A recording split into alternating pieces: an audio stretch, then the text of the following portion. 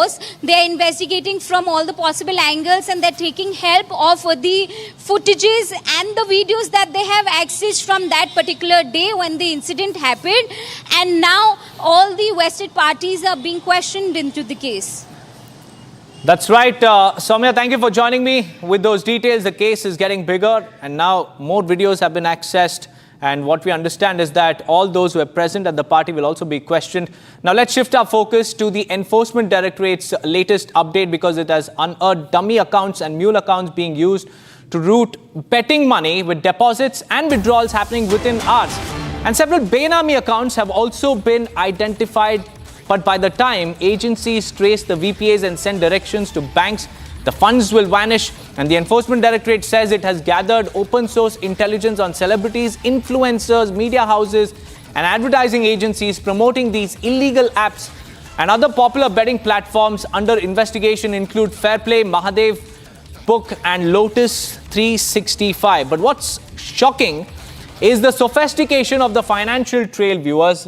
These aren't just small-time gamblers. We're talking about an entire networks of mule and Benami accounts, many created using fake or stolen KYC data. Funds are being deposited and withdrawn in just a matter of hours, and sometimes within minutes as well. And that's what is making it incredibly difficult for the Enforcement Directorate to freeze the assets on time. And most of these platforms are leveraging on virtual payment address or VPAs to collect and disperse money, often under the guise of legitimate businesses, sometimes even posing as educational services, e-commerce platforms, or tech startups.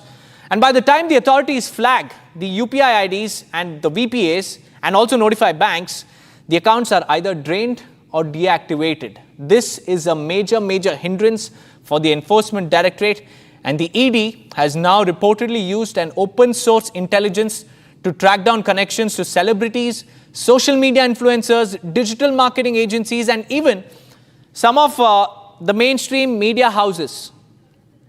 We have Shravan Sen also joining us live, our senior editor. Shravan, the sophisticated financial trail, mule accounts, and also, their VPAs and immediate withdrawals and deposits are making it very difficult for the Enforcement Directorate.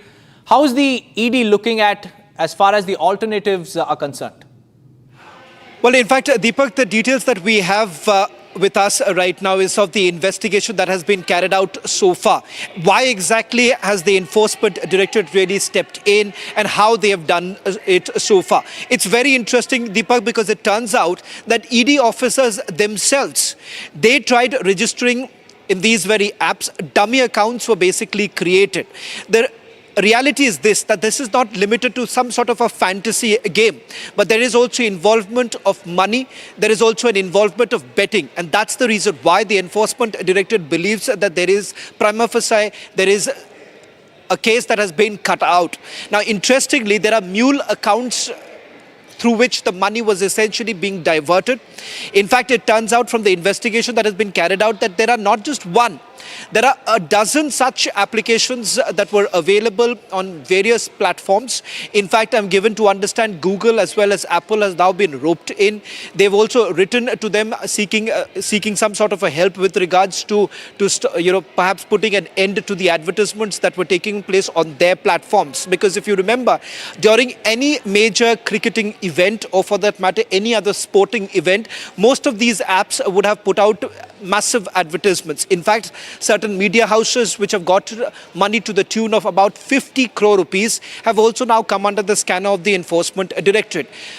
What I'm given to understand from top sources within the Enforcement Directorate is that all of them, there was an ecosystem that was in place. You would have the media houses being paid by these applications, and you had celebrities, their faces endorsing these very applications. It turns out, based on this kind of an advertisement, they were getting a large inflow of people who were playing these apps.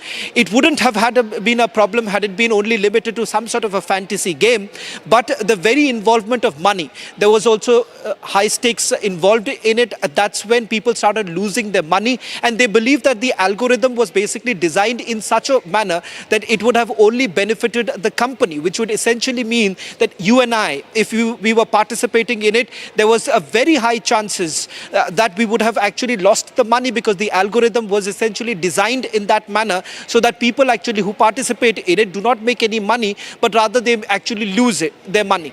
In fact, there's also a pattern that has basically emerged that in the initial few games, you would have actually earned some money, gaining the confidence of the player that there is a high possibility that you would end up making money. But subsequently, as you continue playing, there is a high possibility that you would start losing money. It was almost becoming like an addiction in some cases, and that is the reason why there's a large amount of money that was actually lost. What we do not know at this point in time, Deepak, is that whether at all, what is the cumulative figure that the Enforcement Directorate is looking at in terms of the losses that have been incurred by various people who participated or registered in these apps. But there is a big role that these celebrities do actually play. Had it not been for the celebrities, that perhaps the legitimacy to this apps would not have been there. The legitimacy was given only because of the fact that you have had top celebrities participating in it and giving their face on these very applications. Thank you so much, Shravan, for tracking those details. Ladies and gentlemen, that's the latest coming in now. Shikhar Dhawan, the cricketer, also being summoned in the online betting app scandal case that has been on the ED's radar for some time now. Meanwhile, moving on to a quick report on Union Minister of Railways and Information Broadcasting, Ashwini Vaishnav's statements hailing the GST reforms and highlighting the benefits of the tax reforms. Listen in. It's a matter of great joy for all of us that Honorable Prime Minister Shri Narendra Modi ji has decided to reduce the GST rates for practically everything that is used in the lives of our middle class families and our low income families. Starting from food items to items which are used in day-to-day life, to students, items which are required by our students, to the items which are used in our homes, whether it is consumer electronics, small cars, scooters, everything is now going to see a lower GST rate from the first day of Navratri. I would like to thank Honorable Prime Minister Shri Narendra Modi ji for this big step, a major reform which is going to help each and every family in our country. Thank you. I would like to thank Honorable Finance Minister Srimati Nirmala Sitharaman ji for this major step, major rationalization of GST rates.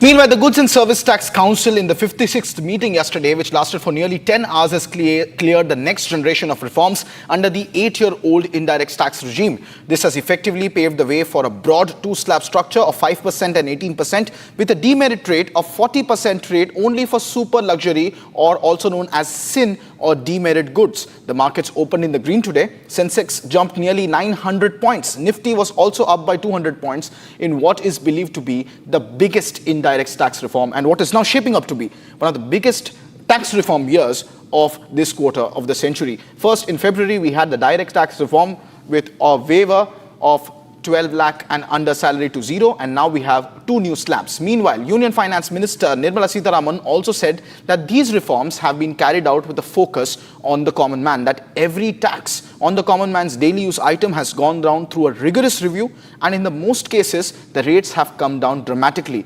Labor-intensive industries have been given a good support. Farmers and agriculture sector as well as the health sector will also benefit from these rationalization reforms. Key drivers of the economy will be given more prominence. Let's listen into what Finance Minister Nirmala Sitharaman said just moments after the GST Council meeting concluded last evening. Tax that were announced yesterday, Prime Minister Narendra Modi always fulfills promises made, and on 15th August he had announced that there is a big Diwali bonanza in GST, and we have yesterday seen that what we thought could be big has turned out to be the biggest ever reform that India has seen since independence. This has many dimensions. Consumers will benefit in a very big way with the reduction in taxes across the board on almost all items of our day-to-day needs. Pharmaceuticals, food products, textiles, footwear. I was going through the list, it's all encompassing.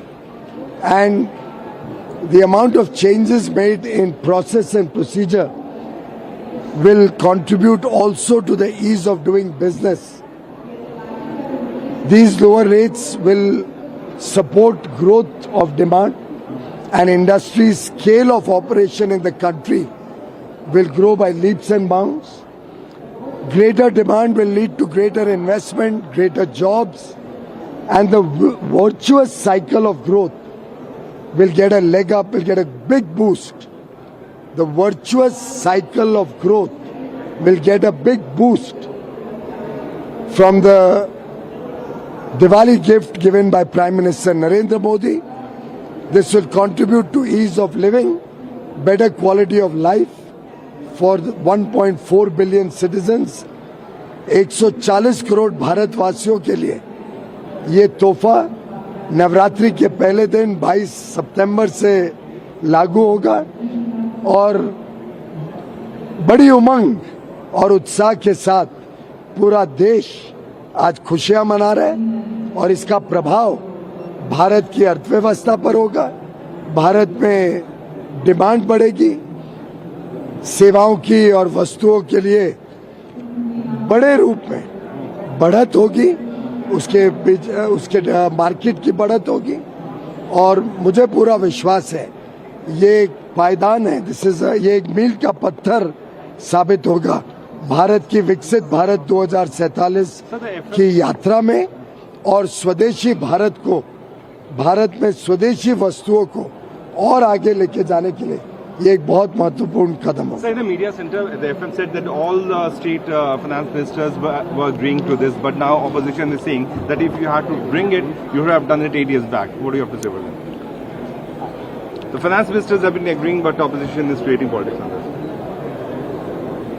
Sadly, just like Mr. Rahul Gandhi does not understand that the world's fastest growing large economy at 7.8% growth in the first quarter is a matter of delight, joy and celebration, and calls India, Mr. Rahul Gandhi calls India a dead economy despite being the world's fastest growing large economy. This is the negative thinking of a certain set of people, and I condemn this kind of negativity. ये जो नकारात्मक सोच है, ये नकारात्मक सोच की वजह से विपक्ष की आज ये दुर्दशा बनी है और भारत की जनता आज पूरी तरीके से प्रधानमंत्री नरेंद्र मोदी जी के साथ खड़ी है, उनको आशीर्वाद दे रही है, उनका धन्यवाद कर रही है।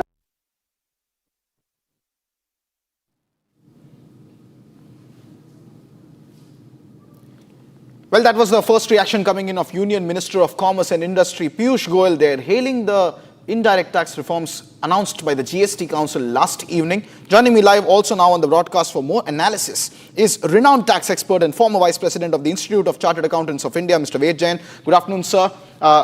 It's a great day, and we are analyzing the GST Council's maximum Diwali bonanza that the Prime Minister had earlier promised. Yesterday, we heard the Finance Minister saying that this entire rationalization scheme had nothing directly to do with the tariffs war with the United States per se. But however, experts are now saying that this will have a huge impact on the economy. If you can help our viewers understand how this rationalization is actually going to give a huge stimulus to the consumption-based economy that is India.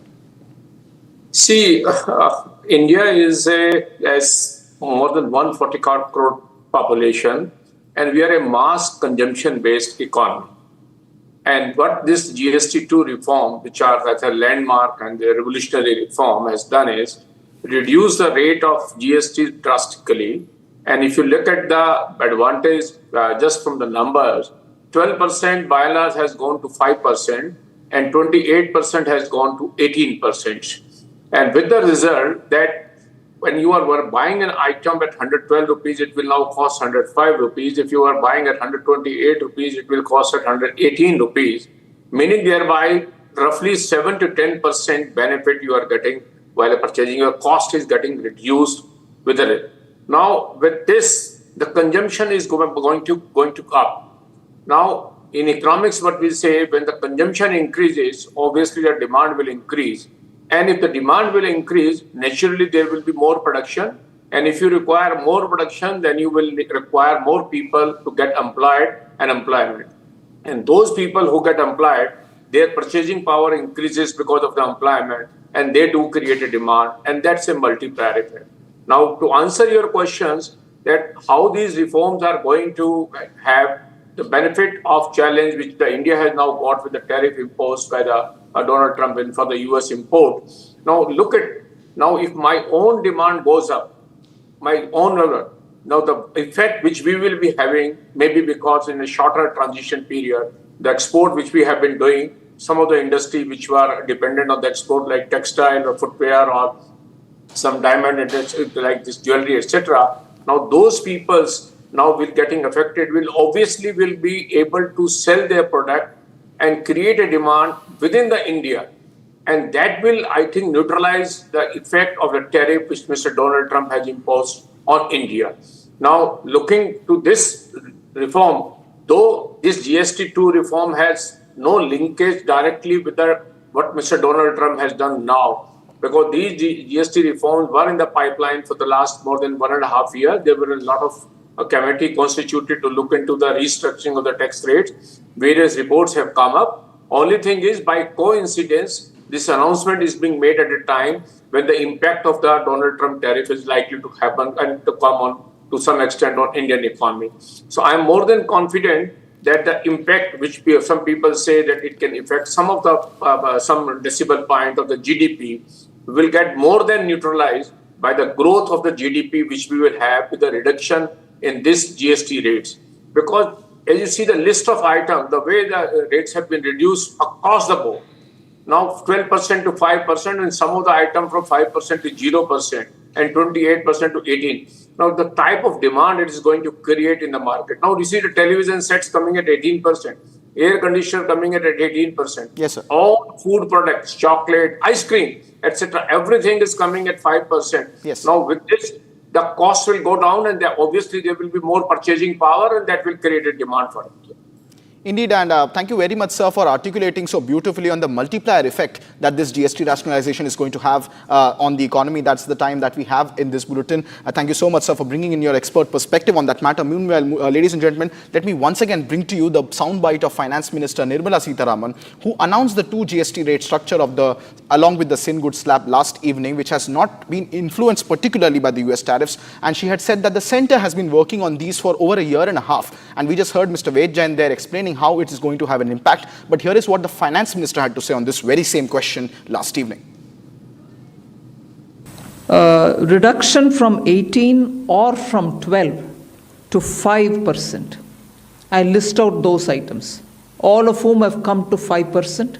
From either 18 or from 12.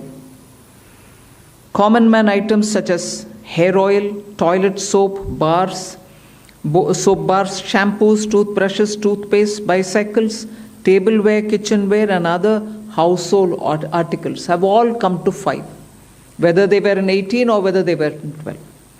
Similarly, reduction of GST from 5% to nil. 5 से 0 में जाने वाले items indicate कर रहा हूँ. Ultra high temperature milk, the UHT milk, chhena और paneer, all the Indian breads will see nil rate. So रोटी किसी के ऊपर भी, चपाती और रोटी और पराठा और whatever it is, they all come to nil.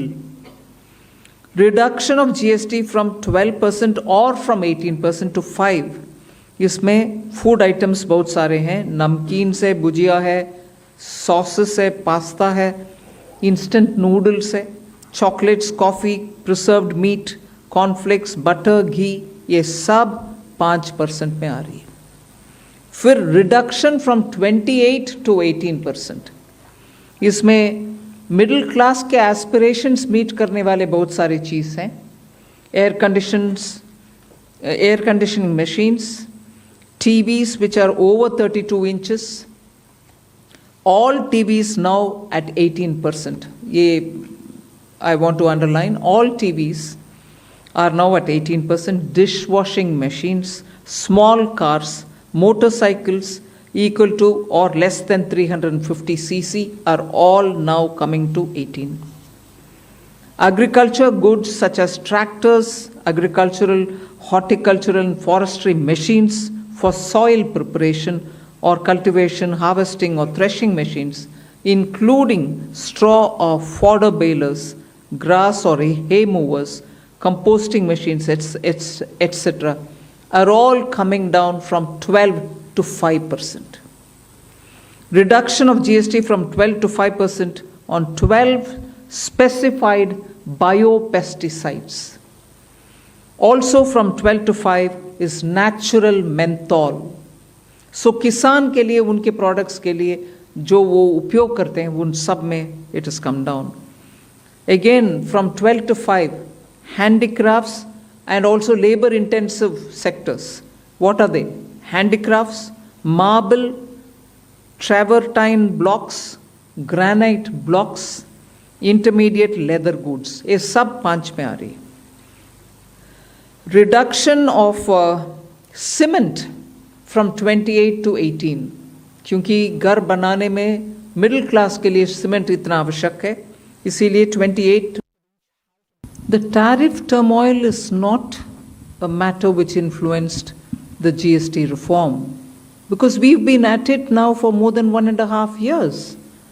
Some group of ministers was working on rate rationalization. Some other group of ministers a bit later was working on insurance and so on. And compensation cess was a reality that it is going to end the moment you paid back the loan. None of this has anything to do with the tariffs. So, no, there's nothing to do with the tariffs at all. So those were the words of the Union Finance Minister last evening. Meanwhile, a lot of political reactions also coming in, hailing what is being now touted as Prime Minister Narendra Modi's Diwali bonanza on GST. Listen in. Now removing GST from life-saving drugs or from your life-saving earnings or the medical insurance.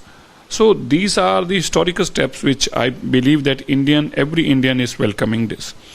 Secondly, now as government has proposed only 2 tax slabs, it's 5% and 18%. And very importantly, those things which government wish to, that people should avoid, like tobacco or something like that, they have been heavily penalized for this purpose.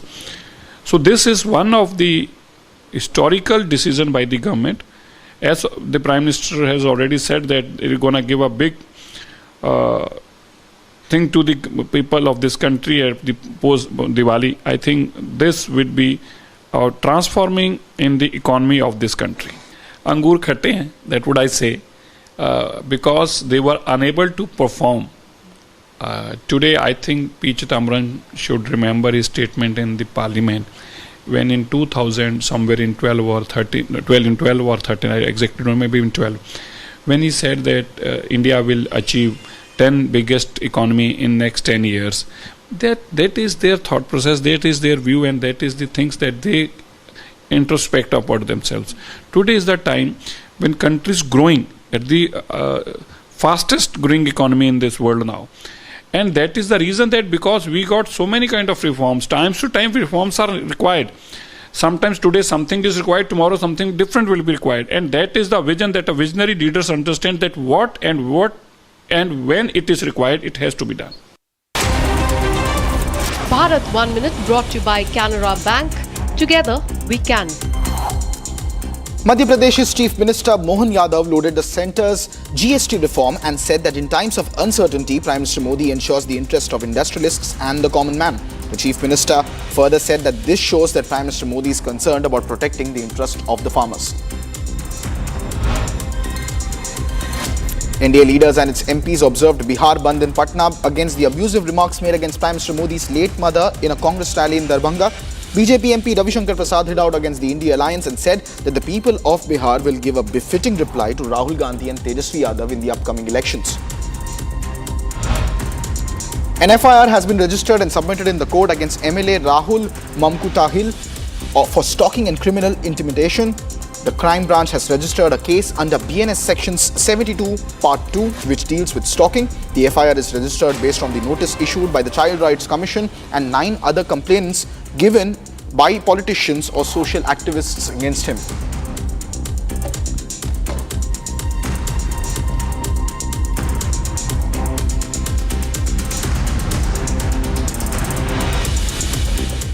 Meanwhile, ahead of the upcoming assembly elections in the state of Bihar, political situation in the state is getting intense. BJP today has staged a protest after they called for a Bihar Bandh over the derogatory remarks hurled at Prime Minister Narendra Modi's late mother at a Mahagathbandhan event in Bihar's Darbhanga district. Several BJP leaders, especially workers and women workers, took to the streets with posters in their hands. And here's a quick report on what's happening in Bihar today.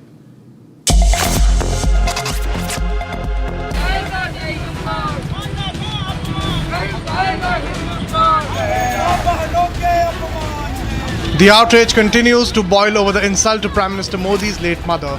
The NDA today called for a 5-hour-long Bihar Bandh. All the constituent parties staged protests, including the senior BJP leaders.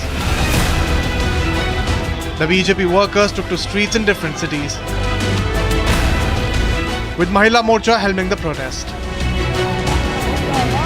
Large number of women workers from the BJP were on the streets taking part in the protests. हम सभी महिलाएं स्तब्ध हैं। जिस तरह की गाली, अश्लील गाली का प्रयोग हमारे माननीय प्रधानमंत्री जी की स्वर्गीय और दिवंगत माता जी के लिए की गई है, वह निंदनीय है, दुखद है और शर्मनाक है, जिसका हम प्रतिरोध करते हैं। आज उसी के विरोध में हम सभी महिलाएं बिहार की सड़कों को जाम करके रखे हैं और जब तक राहुल गांधी और तेजस्वी यादव माफी नहीं मांग लेते हैं, हमारा आंदोलन यूं ही निरंतर चलता रहेगा। The protesters were holding posters condemning the remarks on Prime Minister and Prime Minister Modi's late mother. At some places in Patna, protesters were seen protesting by burning tires as well. BJP MP Ravi Shankar Prasad, while taking part in the protest, tore into the Indie block. अरे माँ का सम्मान भारतीय संस्कार है, हम सभी करते हैं, आप भी करते हैं, लेकिन एक माँ जो स्वर्गीय हो गई, जिसने गरीबी से बर्तन मांज के कपड़े साफ के बच्चों को पढ़ाया, एक भारत का प्रधानमंत्री बना, प्रभु राम की भक्त, आप जरा भी आपको शर्म नहीं है?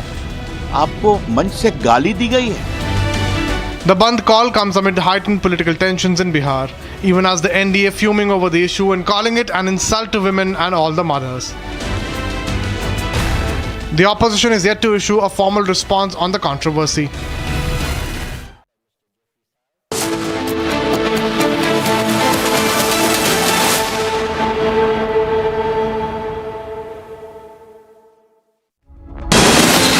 From Asia's largest news headquarters,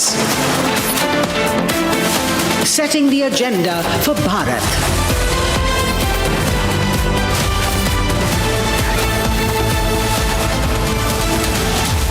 You're watching Republic.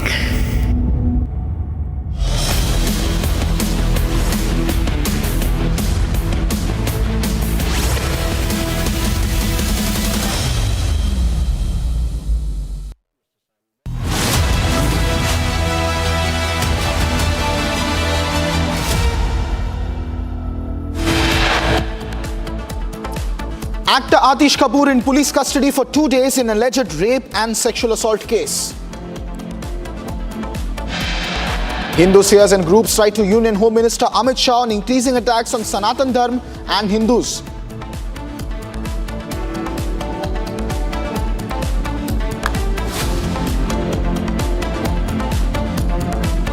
Politics over GST reforms erupts. Congress President Mallikarjun Kharge says one nation, one tax had become one nation, 9 taxes. These streets cheers major GST reforms as markets open. The green rupee strengthens by 17 paise against US dollar. ED probe into the betting app scam picks up pace. Shikhar Dhawan cricketer summoned for questioning today.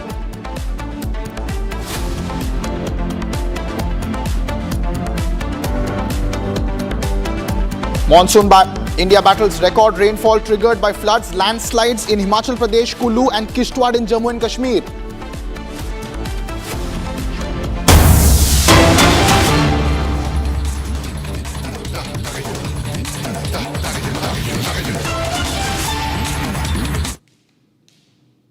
On the Singapore side by Mr. Johnson Hung, Executive Director, Austin, and on the Indian side by Shri P. Komran, Secretary, East.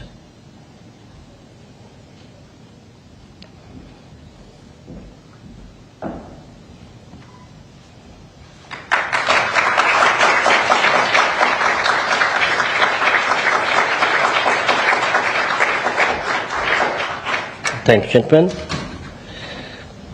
Taking forward Prime Minister Modi's vision for port-led development, we shall now witness the joint virtual inauguration of Jawaharlal Nehru Port PSA Mumbai Terminal BMCT Phase 2, which will be followed by introduction of a video on JN Port.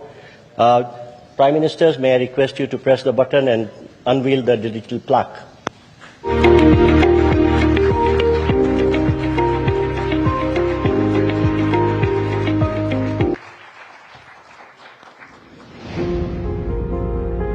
India's maritime journey is a story of transformation anchored in the Honorable Prime Minister Shri Narendra Modi's vision of port-led development.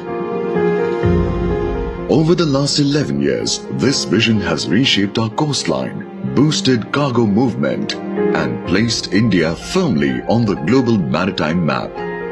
Ports for prosperity और ports for progress का हमारा vision धरातल पर लगातार बदलाव ला रहा है। दुनिया के बड़े बड़े मैरीटाइम ऑपरेटर्स भारत आए, भारत से ही ऑपरेट करें, इसके लिए भी भारत में तेजी से काम हो रहा है। As part of this ongoing momentum, today we mark a new milestone, the inauguration of Phase 2 of Bharat Mumbai Container Terminals at JN Port, India's largest container port. India and Singapore share a trusted maritime partnership built on shared ambition and global vision. Together, we advance green shipping, smart port operations, and regional prosperity.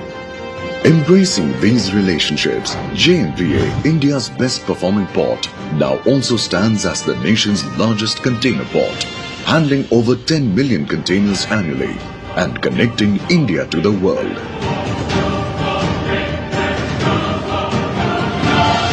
Strategically located in Navi Mumbai, JNPA integrates road, rail and the western dedicated freight corridor, ensuring swift cargo movement to key industrial hubs. PSA Mumbai. All right, so these are the visuals of the Singapore Prime Minister Lawrence Wong. He is in the national capital. He is meeting the Prime Minister today. A joint statement is expected soon. Singapore Prime Minister Lawrence Wong also met External Affairs Minister S. Shankar in New Delhi ahead of his meeting with Prime Minister Modi. Earlier today, Wong called the start of his official visit to India productive. He arrived at the national capital on Tuesday for a 3-day trip. He had also posted on X, and I quote, "Had a productive start to my visit in New Delhi. Last evening, I joined overseas Singaporeans and friends of Singapore for a special SG60 reception. Many had travelled from different parts of India, Chennai, Mumbai and beyond to be a part of this occasion." In just a short while from now, we are expecting Prime Minister Modi and Singapore Prime Minister's joint statement. The Singapore Prime Minister has so far met Union Minister for Finance Nirmala Sitharaman and Union Minister of Health JP Nadda.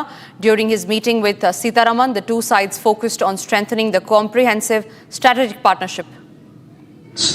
May I request Honorable Prime Minister of India, Shri Narendra Modi, to give his remarks to the media. Your Excellency, प्रधानमंत्री वांग, दोनों देशों के delegates, media के साथियों, नमस्कार। पदभार संभालने के बाद प्रधानमंत्री वांग की पहली भारत यात्रा पर मैं उनका हार्दिक स्वागत करता हूं। यह यात्रा और भी विशेष है क्योंकि इस वर्ष हम अपने संबंधों की 60वीं वर्षगांठ मना रहे हैं। फ्रेंड्स, पिछले साल मेरी सिंगापुर यात्रा के दौरान हमने अपने संबंधों को कॉम्प्रिहेंसिव स्ट्रेटेजिक पार्टनरशिप का दर्जा दिया था। इस एक वर्ष में हमारे संवाद और सहयोग में गति और गहराई आई है। आज साउथ ईस्ट एशिया क्षेत्र में सिंगापुर हमारा सबसे बड़ा ट्रेड पार्टनर है। सिंगापुर से भारत में बड़े स्तर पर निवेश हुआ है। हमारे रक्षा संबंध निरंतर मजबूत हो रहे हैं। पीपल टू पीपल संबंध गहरे और जीवंत है। आज हमने अपनी पार्टनरशिप के भविष्य के लिए एक डिटेल्ड रोड मैप तैयार किया है। हमारा सहयोग केवल पारंपरिक क्षेत्रों तक सीमित नहीं रहेगा। बदलते समय के अनुरूप advance manufacturing, green shipping, skilling, civil nuclear और अर्बन वाटर मैनेजमेंट जैसे क्षेत्र भी हमारे सहयोग के केंद्र बिंदु बनेंगे। हमने निर्णय लिया है कि आपसी व्यापार को गति देने के लिए द्विपक्षीय कॉम्प्रिहेंसिव इकोनॉमिक कोऑपरेशन एग्रीमेंट और आसियान के हमारे फ्री ट्रेड एग्रीमेंट का समयबद्ध तरीके से रिव्यू किया जाएगा। भारत और सिंगापुर के रिश्तों में हमारे राज्य भी अहम हिस्सेदार होंगे। जनवरी में जब राष्ट्रपति थर्मन भारत यात्रा पर आए थे तो वे ओडिशा भी गए थे। पिछले एक साल में ओडिशा, तेलंगाना, आसाम और आंध्र प्रदेश के मुख्यमंत्री सिंगापुर जा चुके हैं। गुजरात का गिफ्ट सिटी हमारे स्टॉक मार्केट को जोड़ने का एक और नया सेतु बना है। फ्रेंड, पिछले साल हुए सेमीकंडक्टर इकोसिस्टम पार्टनरशिप समझौते ने रिसर्च और डेवलपमेंट को भी नई दिशा दी है। सेमिकॉन इंडिया कॉन्फ्रेंस में सिंगापुर की कंपनियों उनका बढ़ चढ़ करके हिस्सा लेना ये अपने आप में बहुत बड़ी बात थी। चेन्नई में सिंगापुर का एक national centre of excellence for skilling स्थापित करने में सहयोग देगा। यह सेंटर एडवांस मैन्युफैक्चरिंग के क्षेत्र में स्किल्ड मैन पावर तैयार करेगा। फ्रेंड्स, टेक्नोलॉजी और इनोवेशन हमारी साझेदारी के मजबूत स्तंभ है। हमने तय किया है कि एआई, क्वांटम और अन्य डिजिटल टेक्नोलॉजीज में सहयोग को बढ़ाया जाएगा। आज स्पेस सेक्टर में हुए समझौते से अंतरिक्ष विज्ञान क्षेत्र सहयोग में एक नया अध्याय जुड़ रहा है। हमने निर्णय लिया है कि हमारे युवाओं को उनके टैलेंट को जोड़ने के लिए इस साल के अंत में इंडिया सिंगापुर हैकाथॉन का अगला राउंड किया जाएगा। यूपीआई और पे नाउ हमारे डिजिटल कनेक्टिविटी के सफल उदाहरण है और ये प्रसन्नता का विषय है कि इसमें 13 नए भारतीय बैंक जुड़े हैं। आज green and digital shipping corridors के लिए हुए समझौते से मैरीटाइम सेक्टर में ग्रीन फ्यूल सप्लाई चेन और डिजिटल पोर्ट क्लियरेंस को बल मिलेगा। भारत अपने पोर्ट इंफ्रास्ट्रक्चर के विकास में तेजी से काम कर रहा है।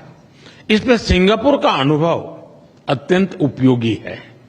आज हमने सिंगापुर की कंपनी एसपीए इंटरनेशनल द्वारा विकसित Bharat Mumbai container terminal phase 2 का उद्घाटन किया। यह हमारे कंटेनर हैंडलिंग की क्षमता को और बढ़ाएगा। फ्रेंड्स, सिंगापुर हमारी एक्ट ईस्ट पॉलिसी का एक महत्वपूर्ण स्तंभ है। हम आसियान के साथ सहयोग और इंडो पैसिफिक क्षेत्र में शांति और स्थिरता के ज्वाइंट विजन को आगे बढ़ाने के लिए मिलकर काम करते रहेंगे। आतंकवाद को लेकर हमारी समान चिंताएं हैं। हम मानते हैं कि आतंकवाद के खिलाफ एकजुटता से लड़ना सभी मानवतावादी देशों का कर्तव्य है।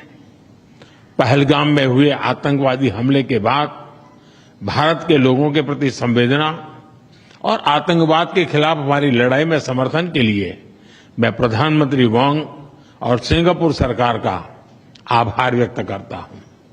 Excellency, our relations go far beyond diplomacy. This is a partnership with purpose, rooted in shared values, guided by mutual interests and driven by a common vision for peace, progress and prosperity. हमारी इस भागीदारी में आपकी निजी प्रतिबद्धता के लिए मैं आपका आभार व्यक्त करता हूं। बहुत बहुत धन्यवाद। Thank you. Thank you, sir. May I now request His Excellency Mr. Lawrence Wong, Prime Minister of the Republic of Singapore, to give his remarks to the media. Your Excellency Prime Minister Narendra Modi, Excellencies, ladies and gentlemen, thank you, Prime Minister Modi, for the warm and gracious hospitality extended to me and my delegation. 10 years ago, I joined then President Tony Tan on his state visit to commemorate the 50th anniversary of diplomatic ties between Singapore and India. Today, 10 years later, I'm glad to be back on my first official visit as Prime Minister and to celebrate 60 years of close and enduring friendship between our two countries. Over this past decade, India has made remarkable advances under Prime Minister Modi's leadership. India is now the fourth largest economy in the world, with a dynamism and influence felt far beyond its borders. Our bilateral relationship has grown in tandem. Singapore is the largest foreign investor in India, accounting for around a quarter of India's foreign direct investment inflows. And our cooperation now spans a wide and diverse range of fields. Last year, PM Modi and I agreed to elevate relations to a comprehensive strategic partnership, or a CSP. This morning, we had fruitful discussions on how we can take this CSP forward. The Prime Minister has highlighted quite a number of areas, and I will reiterate a few of them. First, Singapore will continue to support India's skills development journey. We are honored to accept India's invitation to be a global partner for the National Center of Excellence in Chennai, which will focus on advanced manufacturing. We will also collaborate with India to set up state-level skills centers to meet industry needs in sectors like aviation, maintenance, repair and overhaul, and semiconductors. Second, we will expand cooperation in manufacturing and industrial development. Singapore companies are keen to develop sustainable industrial parks in India to support India's manufacturing ambitions. At the same time, we will deepen collaboration in semiconductors, not just in skills training, but also in R&D, supply chains, and logistics. And these efforts will generate new growth opportunities for both our countries. Third, we will strengthen connectivity across the air, sea, and digital domains. This morning, we exchanged an MOU on cooperation in training, research, and development in civil aviation. This will support the growth of our aviation sectors, facilitate trade and tourism, and create more commercial opportunities. On the maritime side, we just launched Phase 2 of PSA's Bharat Mumbai Container Terminal in Navi Mumbai, which will become India's largest standalone container terminal. And beyond physical links, we are also enhancing digital connectivity between our financial systems. Our central banks have exchanged an MOU on digital asset innovation, and we are discussing ways to further enhance cross-border data flows and capital market linkages, including through regulatory sandboxes that would allow us to test bed new innovations. Fourth, we will expand cooperation in frontier areas like space. To date, more than 20 Singapore-made satellites have been launched by India. through the MOU on promoting collaboration in the space sector, we will broaden this partnership and push the boundaries of what we can achieve together. Finally, Prime Minister Modi and I reaffirmed that people-to-people ties remain the bedrock of our relationship. We agreed to enhance exchanges, including through closer civil service cooperation. All of these initiatives reflect the breadth and depth of our CSP. And to guide our efforts, PM Modi and I have also agreed on a roadmap, an ambitious and detailed roadmap to chart the next phase of our relationship. In a world marked by great uncertainty and turbulence, the partnership between India and Singapore becomes even more important, because this is a partnership rooted in shared values, mutual respect, and a deep reservoir of trust. We can draw strength from our shared history and the friendship and trust between our peoples. And together we can strengthen resilience, seize new opportunities, and contribute to stability and growth in our region and beyond. So I look forward to working hand in hand with Prime Minister Modi to bring the Singapore-India partnership to even greater heights in the years ahead. Thank you very much.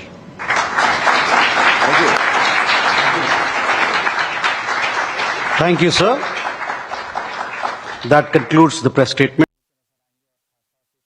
All right, so those were the initial remarks of the Prime Minister and Singapore Prime Minister Lawrence Wong. Remember, Lawrence Wong is on a 3-day official visit to India, and this is for strengthening Singapore and India ties.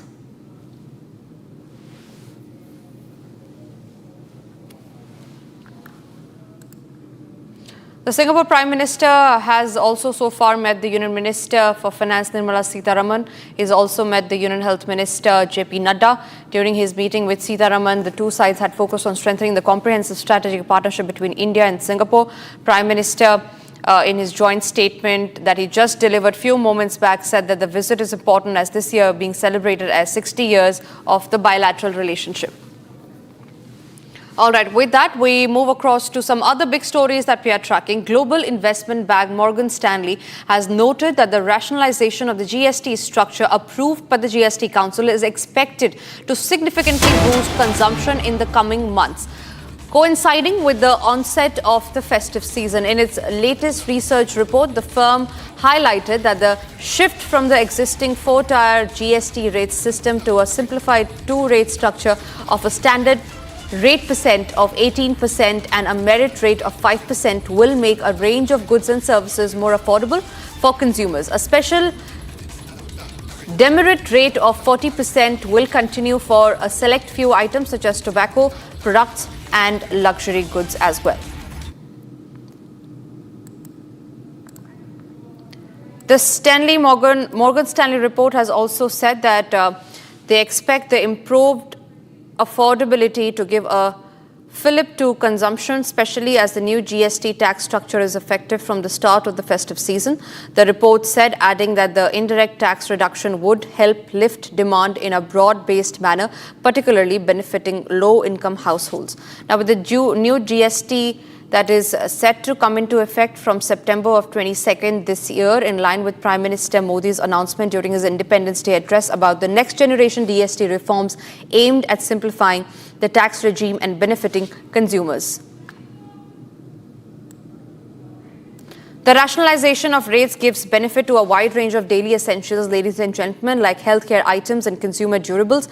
For instance, GST on personal care products like hair oil, shampoo, toothpaste and shaving cream has been reduced from a staggering 18% to 5%, while dairy products such as butter and ghee will now attract 5% GST instead of earlier 12%. The individual health insurance and life insurance premiums have also been exempted from GST altogether.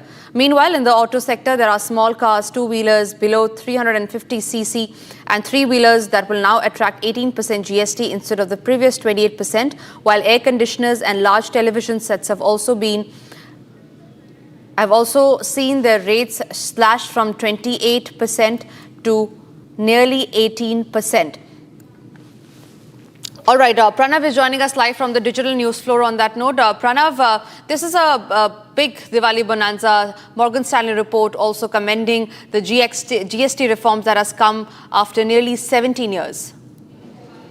Yes, absolutely. In fact, Morgan Stanley has now said that the government estimate of fiscal impact of 48,000 crore, that's about 0.13% of GDP, will be felt. But then that's marginal compared to the 1.98 lakh crore of consumption that it is expected to boost over the next few months, given that there is festive season, and a tremendous boost is likely in consumer goods, FMCG, auto and consumer electronics because of the festive season.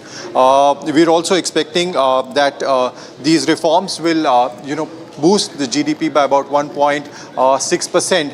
to counter Donald Trump's tariffs, which are likely to impact about 0.6% of GDP. Right, Pranav, thank you very much for getting us those details. Meanwhile, Union Minister Piyush Goyal has also hailed the GST reforms. Listen into what he had to say. He had announced that there is a big Diwali bonanza in GST, and we have yesterday seen that what we thought could be big has turned out to be the biggest ever reform that India has seen since independence. This has many dimensions. Consumers will benefit in a very big way with the reduction in taxes across the board on almost all items of our day-to-day needs.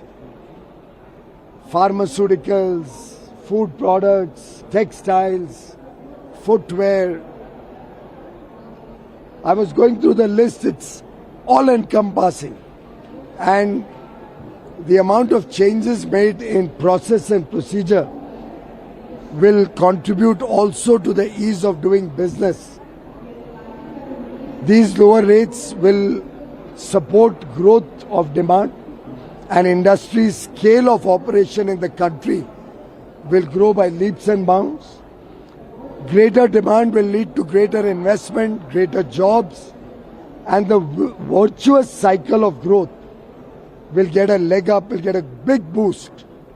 The virtuous cycle of growth will get a big boost from the Diwali gift given by Prime Minister Narendra Modi. This will contribute to ease of living, better quality of life for 1.4 billion citizens.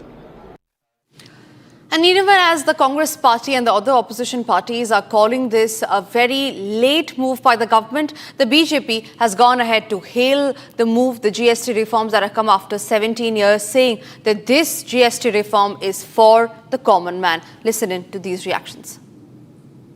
Now removing GST from life-saving drugs or from your life-saving earnings or the medical insurance. So these are the historical steps which I believe that every Indian is welcoming this. Secondly, now as government has proposed only 2 tax slabs, it's 5% and 18%. And very importantly, those things which government wish to that people should avoid, like tobacco or something like that, they have been heavily penalized for this purpose. So this is one of the historical decision by the government. As the Prime Minister has already said that they are going to give a big thing to the people of this country at the post-Diwali. I think this would be transforming in the economy of this country. Angur khatte hain, that would I say, because they were unable to perform. Today, I think P. Chidambaram should remember his statement in the parliament when in 2000, somewhere in 12 or 13, I exactly don't know, maybe in 12, when he said that India will achieve 10 biggest economy in next 10 years. That is their thought process, that is their view, and that is the things that they introspect about themselves. Today is the time when countries growing at the fastest growing economy in this world now. And that is the reason that because we got so many kind of reforms, times to time reforms are required. Sometimes today something is required, tomorrow something different will be required. And that is the vision that a visionary leaders understand, that what and when it is required, it has to be done. Bharat 1 Minute brought to you by Canara Bank. Together we can. And here's a quick check of the other stories that we're tracking in Bharat in 1 minute. During the monsoon session of Rajasthan Legislative Assembly, Congress MLAs staged a protest demanding compensation for farmers due to heavy rainfall. Rajasthan LOP Tikaram said the Congress party will also raise the voice of the farmers inside the assembly. Uttar Pradesh Chief Minister Yogi Adityanath laid the foundation stone of development projects worth Rs 2,251 crore in Gorakhpur GIDA area. Tamil Nadu Chief Minister M.K. Stalin, during his London visit, signed several memorandum of understanding, including with Wilson Power and Britannia RFID to invest Rs 300 crore and Rs 520 crore respectively. The Chief Minister signed a total of 6 agreements, including 4 with University of Exeter and others. The gates of the Baglihar Dam have been opened as water levels in the Chenab River rise following heavy rainfall in the region.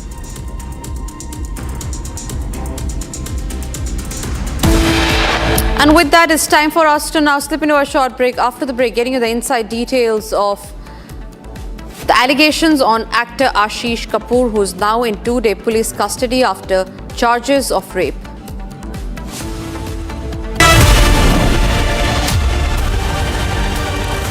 Pure सूजी pasta उबालो मिलाओ और खाओ 8 minute में तैयार क्या taste है सबका राजा hardcore masala 13,000 placements last year. At Amity, we are committed to nurturing passionate, hardworking and proactive professionals. दादी के हाथों का जादू और खुशबू से महकता घर, माँ की मुस्कुराहट और खाने की सुगंध, MDH गरम मसाला, क्योंकि हर रिश्ता है स्वाद से जुड़ा।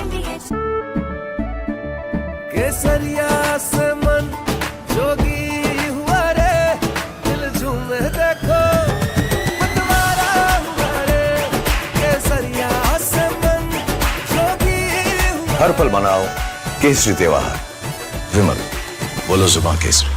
आर प्योर सूजी पास्ता उबालो मिलाओ और खाओ 8 मिनट में तैयार क्या टेस्ट है सबका राजा hardcore masala I choose a world where we dream and the limit is the sky and this world is my home where I'm living my best. Mindfully crafted home decor fabrics. Sansar, a D-Decor brand. Live consciously.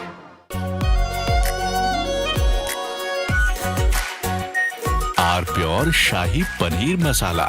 Delicious, healthy, every day.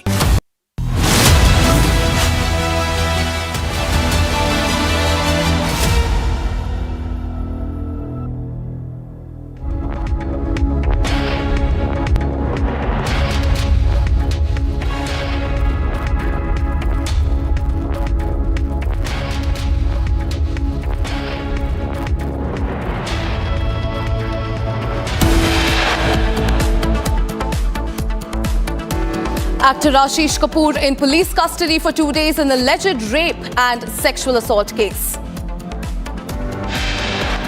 Hindu Seers and groups write to Union Home Minister Amit Shah on increasing attacks on Sanatan Dharma and Hindus.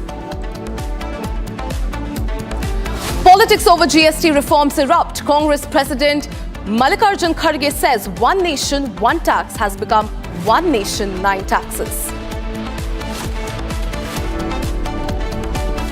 D Street cheers major GST reforms as market open in green. Rupee strengthens by 17 paise against the US dollar. ED probe into betting app scam pick space. Cricketer Shikhar Dhawan summoned for questioning today.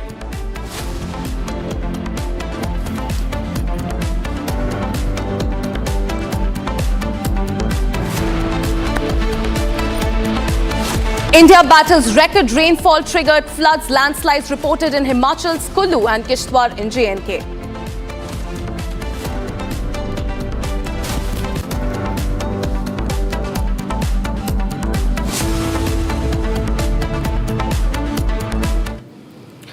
All right, thank you for staying with Republic viewers. I'm Antara Gupta and you're watching Live and Breaking with me. We're starting this edition with a big breaking news that is coming in. Hindu Seers and groups write to Union Home Minister Amit Shah. Hindu Seers have in fact raised the issue of increasing attacks on Sanatan Dharma and Hindus. The Seers, ladies and gentlemen, have also raised the issue of digital assault on the sacred places. Remember, viewers, the Dharmasthala hoax probe case has completely blown up. In fact, the Enforcement Directorate has also initiated a preliminary investigations into the allegations of dubious foreign funding, which was used to fuel communal conspiracies during the Dharmasthala row in Karnataka. And now we are getting to know that Hindu Seers have written to Union Home Minister Amit Shah. They have raised the issue of assault of sacred places and the continuous assault on Hindus and Sanatan Dharma.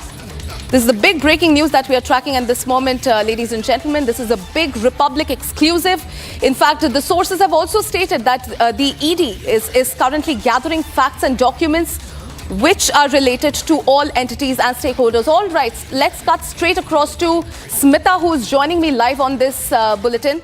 Smita, we are getting to know that Hindu Seers have now taken matters in their own hands. In fact, they have written to Union Home Minister Amit Shah and they have raised the issue of the continuous attacks on Hindus, Sanatan Dharma and the religious places. What are the current developments that you're picking up on your end? Smita.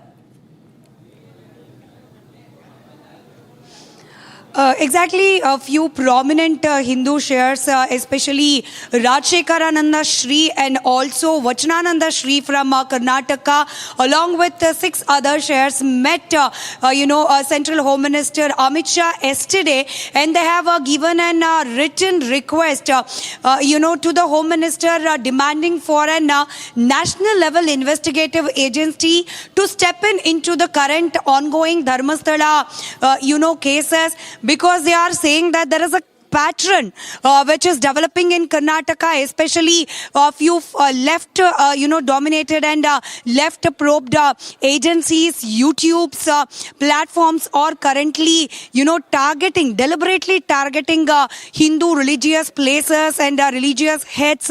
So they have requested the Central Home Minister Amit Shah for, NIA to enter into the Dharmasthala ongoing case, and also in a larger canvas, they have also demanded, for the central government to look into the issue, because not only, Dharmasthala, but we have witnessed several attacks, both physical and also digital attacks on Hindu prominent leaders and also on Seers in Karnataka. So these, Shris who met the Central Home Minister Amit Shah have demanded and also requested the central government to look into Karnataka issue, especially on Dharmasthala and also on these conspirators who are deliberately targeting Hindu religious places. Well, certainly, Smita, this is indeed an explosive development that is coming forward. Of course, we'll be closely tracking this. Meanwhile, Republic's executive editor spoke to one of the Hindu Seers who wrote to Union Home Minister Amit Shah. Listen into that interaction, viewers. With me, that is why I just wanted to ask him about the letter. So essentially, Vajradehi Swamiji is live with us. This is Rajshekarananda Swamiji, and I have the letter that has been written, and I have about 8 seers who have written this letter basically, Deepak. So there are 8 seers who have signed the letter, and they have met Union Home Minister Amit Shah yesterday. We have those pictures also playing out. These are exclusive pictures, by the way, so we'll use a watermark on that. But the question is, Swami ji, आपने अमित शाह जी से क्या पूछा, आपका मांग क्या थी? क्योंकि इस लेटर में आपने एक स्पेशल लॉ का भी मांग किया है. You asked for another law, a special legislation. NIA investigation को हमने मना किया, जो क्योंकि ये विचार जो चल रहा है पूरी उसमें कोई जीएसटी नहीं रहा है. ठीक उसी प्रकार दही, लस्सी, छाछ, आप देखिए नॉर्थ इंडिया में दही, लस्सी, छाछ के बिना क्यों ठीक बोल रहा है? छाछ के बिना क्यों मैं ठीक बोल रहा हूं ना रवि जी? हरियाणा के लोग, हमारे पंजाब के लोग, दही, लस्सी, छाछ, उसके बिना तो हमारी जिंदगी अधूरी है. तो स्वाभाविक रूप से उस पर भी जिस प्रकार मात्र अब बड़ी बात है. आप देखिए 31%, बच्चों की बात मैंने की थी खाने पीने के विषय में, बच्चे चॉकलेट पसंद करते हैं। 31% का वैट था चॉकलेट के ऊपर, जो अब की कम होकर 5% हो गया है। दिवाली में, नवरात्र में मिठाई सब पसंद करते हैं। 21% का वैट था मिठाई के ऊपर, जो अब कम होकर 5% हो गया है। तो यह अपने आप में एक बहुत बड़ा विषय है। गेहूं, चावल, आटा, गेहूं पे 2.5% वैट था प्री जीएसटी एरा में, अब 0% जीएसटी है। चावल, राइस 2.75% उस पे वैट था और अब 0% जीएसटी है चावल के ऊपर। मैं तो उड़ीसा से आता हूं, चावल खाने वाला प्रदेश है, हम चावल पसंद करते हैं। तो उड़ीसा के लिए, बंगाल के लिए, बिहार के कई अंचलों में, कई स्थानों पे चावल खाया जाता है। असम के लिए यह बहुत खुशखबरी का विषय है। आटा, अब आटा कांग्रेस के जमाने में, राहुल गांधी जी से मैं कहना चाहूंगा कि आपके जमाने में आटे पर 3.5% यह टैक्स लगता था 1 लीटर आटे पे, लीटर नहीं सॉरी, केजी।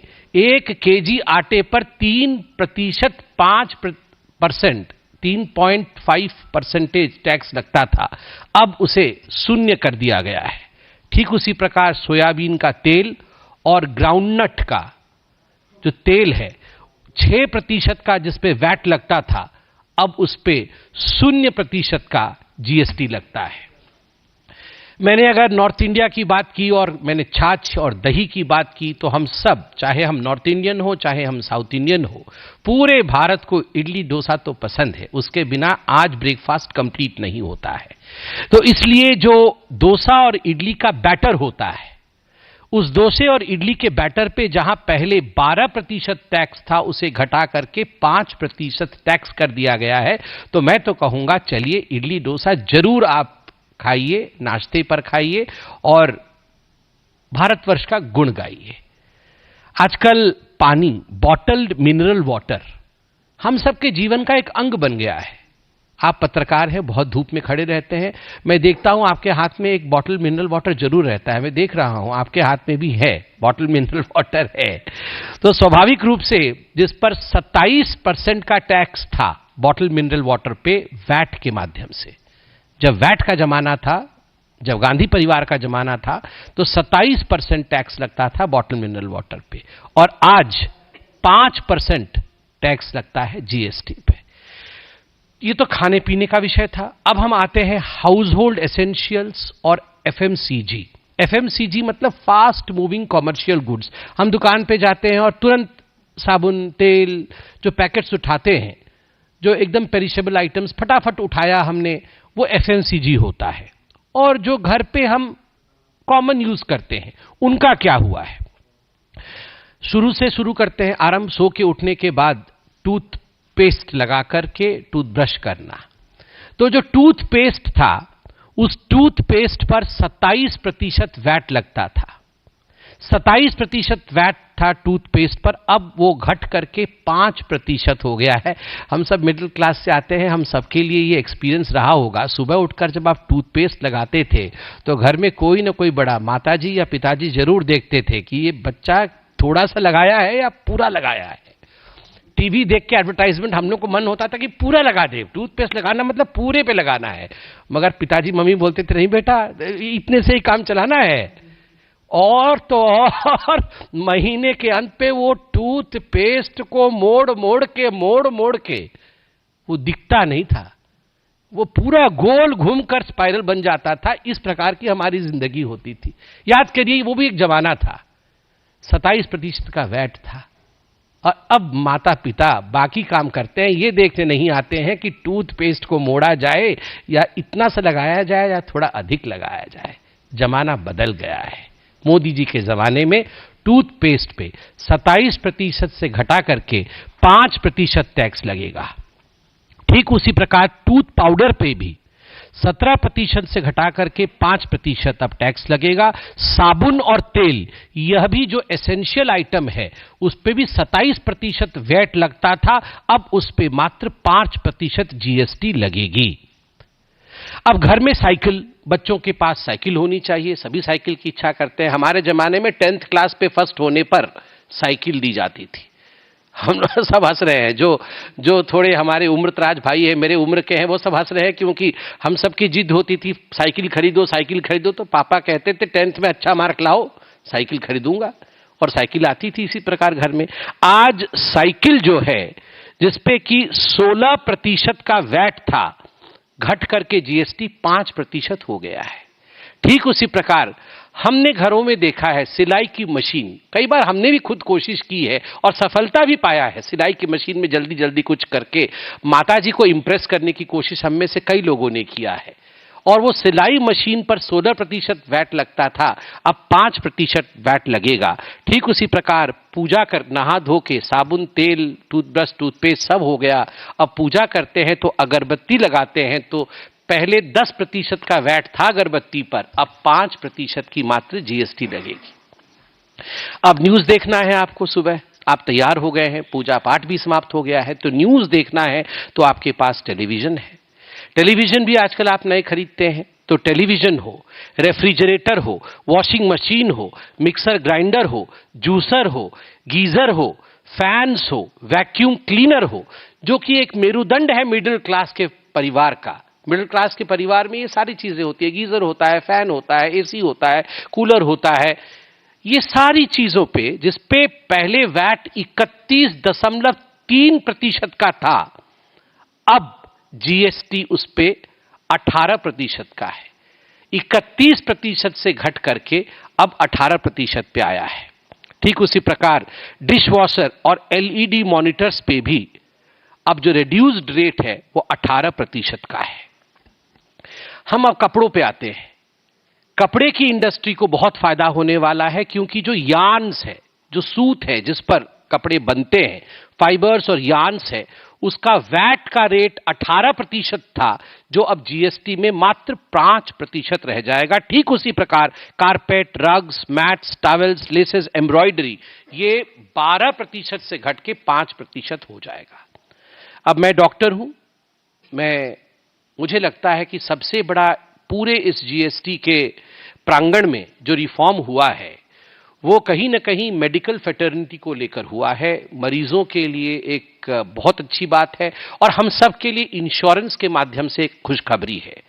आप देखिए, जो एसेंशियल मेडिकल आइटम्स थे, जैसे एनेस्थीसिया के हो गए, कोई भी ऑपरेशन होता है एनेस्थीसिया की आवश्यकता होती है, मेडिकल ग्रेड ऑक्सीजन हो गया, आयोडीन हो गया, डायग्नोस्टिक किट्स हो गए, ब्लड शुगर मॉनिटर्स, ग्लूकोमीटर इत्यादि हो गए, सर्जिकल ग्लव हो गए, बैंडेजेस हो गए, इन सब के ऊपर 12% से टैक्स घट करके अब मात्र 5% लगेगा। तो मेडिकल सेक्टर के लिए एक बड़ी खुशखबरी है। उसके साथ ही जो हाई कॉस्ट मेडिकल इक्विपमेंट है, जैसे कि एक्सरे का मशीन, जैसे कि रेडियोथेरेपी की मशीन, जो कैंसर के लिए रेडियोथेरेपी दी जाती है, surgical instruments, breathing aids, thermometer, testing instruments, इन सब पे 18% या 12% से घट करके अब स्लैब 5% पे फिक्स किया गया है।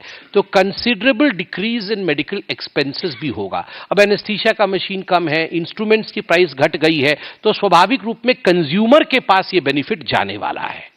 और सबसे बड़ा छलांग जो इस जीएसटी रिफॉर्म ने लगाया है, मेरे हिसाब से हेल्थ और इंश्योरेंस सेक्टर में लगाया है, जिसमें कि हेल्थ और लाइफ इंश्योरेंस की जो प्रीमियम है उसे 0 कर दिया गया है। पहले 18% पे था, वो वैट के जमाने को याद करिए, 18% से अब उसे 0 पे लाया गया है। और मैं आज सभी से ये निवेदन करूंगा, अपील करूंगा कि भारत सरकार ने ये प्रमोट किया है कि हम सब अपने जीवन का, हम सब अपने स्वास्थ्य का बीमा करें। उस पे 0% टैक्स है।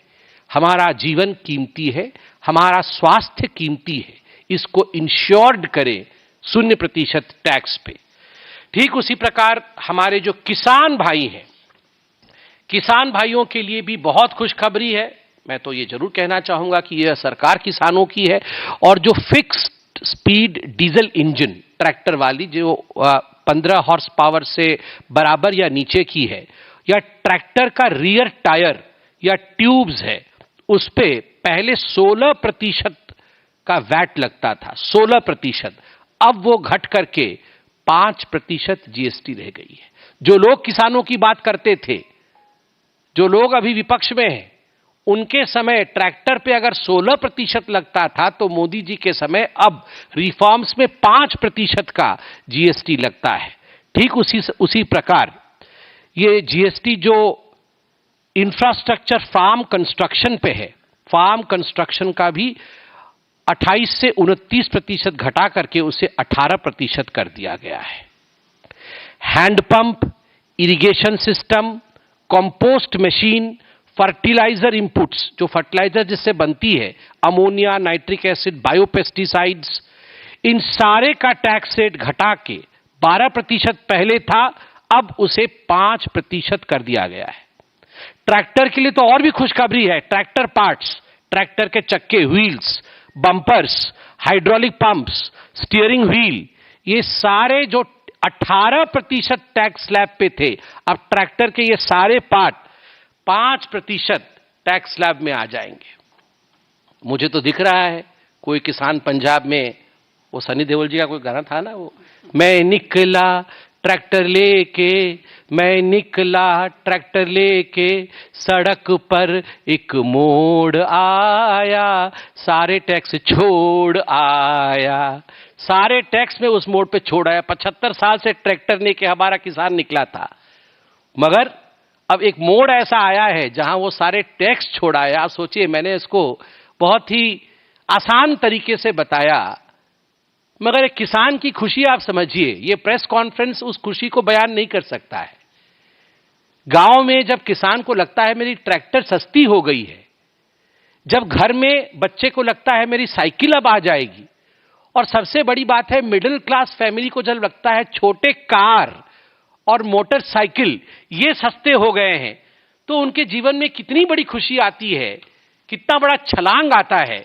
ये आप सोचिए, जो छोटे कार थे पेट्रोल डीजल के 1200 से 1500 सीसी तक के, और जो मोटरसाइकिल से 350 सीसी तक के, मोपेड हाइब्रिड व्हीकल्स जो हैं, 3 व्हीलर्स जो थे, इन सब पे 28% टैक्स था, अब वो 18% के स्लैब पे आ गए। तो इस दिवाली आप देखिएगा बहुत सारे लोग हमारे, बहुत बंधु कार खरीदेंगे और एक खुशी आएगी। बहुत सारे युवक इस बार बाइक्स खरीदेंगे, बाइक्स की भरमार आएगी, मगर हेलमेट पहनना मत भूलिएगा, जरूर हेलमेट पहनिएगा, सेफ्टी के साथ चलिएगा। बाइक की खुशी में सेफ्टी नहीं भूलना है, तो बाइक्स लेंगे लोग। 3 व्हीलर्स, ऑटो चालक, उनकी संख्या में और उनकी खुशी में बढ़ोतरी होगी। बंधु सारे विभाग के हैं मेरे पास, मगर मुझे लगता है कि प्रेस कॉन्फ्रेंस का जो मूल सार है वो आप समझ रहे हैं। मैं बड़े बड़े उद्योगपतियों ने क्या कहा है वह भी मेरे पास अखबारों में है। कोई कह रहा है कि setting the tone for more reforms in the near future, new found sense of purpose to make it simple, original framework of GST has now been effectively reinstated, working capital will be unlocked, credit blockages to be erased. अब देखिए, मुख्यतः 2017 जब से GST आरंभ हुआ, किस प्रकार से जिस जीएसटी को पुरानी सरकारें लागू नहीं कर पाती थी, अब वो जीएसटी लगी, और 2007 से अब तक के सफर में जो रिफॉर्म्स आज हुए हैं उसमें नंबर 1, 3 दिन के अंदर आप रजिस्टर हो सकते हैं। ईज ऑफ बिजनेस, जो छोटी कंपनियां हैं वो, उनकी ईज ऑफ बिजनेस कितनी बढ़ जाएगी आप जरा चिंता करिए। टेक्सटाइल एपरल्स की, बाकी सारी छोटी बिजनेस की ईज ऑफ बिजनेस बढ़ जाएगी। और हम सब के जिंदगी में ईज ऑफ लिविंग, टूथपेस्ट, साबुन, तेल से लेके गाड़ी मोटर इत्यादि तक, टीवी फ्रिज से लेकर पेंसिल, इरेजर, ज्योमेट्री बॉक्स, बच्चों के नोटबुक, ये सारी चीजें, एक है ना थोड़ा है, थोड़े की जरूरत है। आप बच्चे की पेंसिल और बच्चे की इरेजर, बच्चे के नोटबुक, बच्चों का ज्योमेट्री बॉक्स, इसे भी छोटा मत समझिए। इन पे भी जो भारी रिडक्शन हुई है, लगभग 0 पे लाके खड़ा किया गया है जीएसटी इस पे, ये हमारी आम जिंदगी को बदलता है।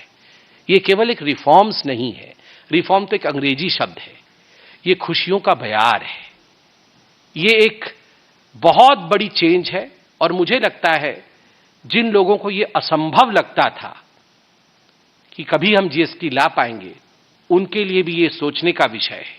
और जो लोग रह रहे के, मैं अंत में कहना चाहूंगा, जो लोग रह रहे के मोदी जी के परिवार को गाली देते हैं, वो ये समझ ले कि निरंतर अथक परिश्रम करके मोदी जी और उनकी सरकार ने जो हमने कभी आशा नहीं किया था 7.8%, कहीं भी ये प्रेडिक्शन नहीं था कि 7.8% का इस क्वार्टर का ग्रोथ होगा, जीडीपी होगा। 7.8% का ग्रोथ रेट रहा। किसी ने नहीं सोचा था कि 17.5 वर्ष के हाईएस्ट पेडेस्टल पे हम मैन्युफैक्चरिंग पे खड़े होंगे, आज हम खड़े हैं। किसी ने नहीं सोचा था कि जो कंज्यूमर प्राइस इन्फ्लेशन है वो सबसे कम होगा और वो आज 1.5% पे है। वो इन्फ्लेशन 8 साल में सबसे कम है। किसी ने नहीं सोचा था कि हम फास्टेस्ट मूविंग मेजर इकोनॉमी होंगे, आज हम फास्टेस्ट मूविंग मेजर इकोनॉमी है, 5th लार्जेस्ट इकोनॉमी है, 5th लार्जेस्ट स्टॉक मार्केट है और 3rd लार्जेस्ट स्टार्टअप इकोसिस्टम है। मोदी है तो मुमकिन है। धन्यवाद।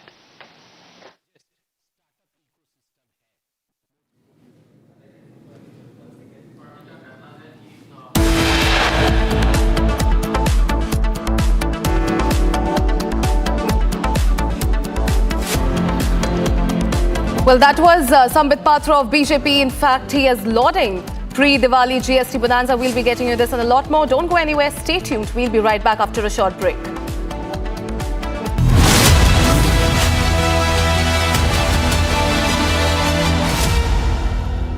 $13,000 placements last year. At Amity, we are committed to nurturing passionate, hardworking and proactive professionals. ये है सीक्रेट रेसिपी MDH का जीरा सिप जल जीरा मसाला। सिप सिप जीरा सिप MDH का जल जीरा सिप MDH का जल जीरा सिप। केसरिया से मन जोगी हुआ रे, दिल झूमे देखो मतवारा हुआ रे। केसरिया से मन जोगी हुआ। हर पल मनाओ केसरी त्योहार। विमल, बोलो जुबान केसरी। थोड़े में ज्यादा स्वाद, यही तो है इसकी खास बात। वाओ मामा, क्या स्वाद है। अरे मेरे राजा, सबका राजा आरती और मसाला।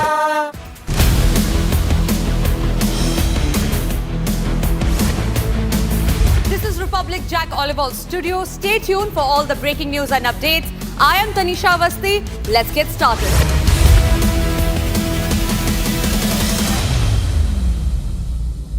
MDH की हल्दी मिर्ची धनिया करे कमाल। ये रंग दे, ये खुशबू दे, ये तीखा, ये कम पड़े। क्या निराला MDH masala.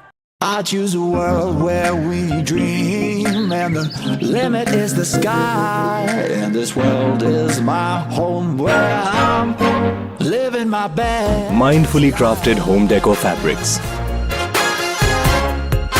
Sansar, a decor brand. Live consciously. R pure सूजी पास्ता उबालो मिलाओ और खाओ 8 मिनट में तैयार। क्या टेस्ट है सबका राजा R pure masala. I'm headed to the northern port city of Tianjin in China to cover the largest ever SCO summit in history. This would be the Prime Minister's first visit in 7 years since the border clashes began. Will the global South solidarity reset the equation with the West? Will there be a trilateral between India, Russia and China? Answers to all these questions and much more only on Republic TV as I get you minute-to-minute update from China.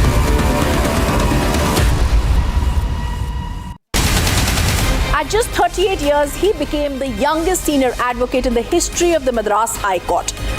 From earning his first salary of 350 rupees to fighting one of India's earliest medical malpractice suits, his is a journey of grit and brilliance. Meet the man who shaped the law and lived it. Senior advocate C.A. Sundaram in a rare and candid conversation on the legal side of things. This weekend, only on Republic TV.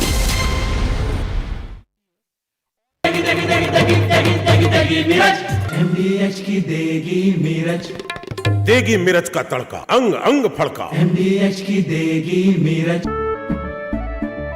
केसरिया से मन जोगी हुआ रे, दिल झूमे देखो मतवारा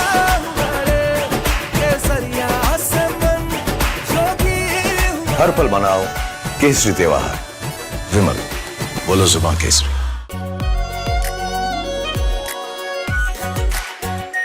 are pure shahi paneer masala, delicious, healthy every day.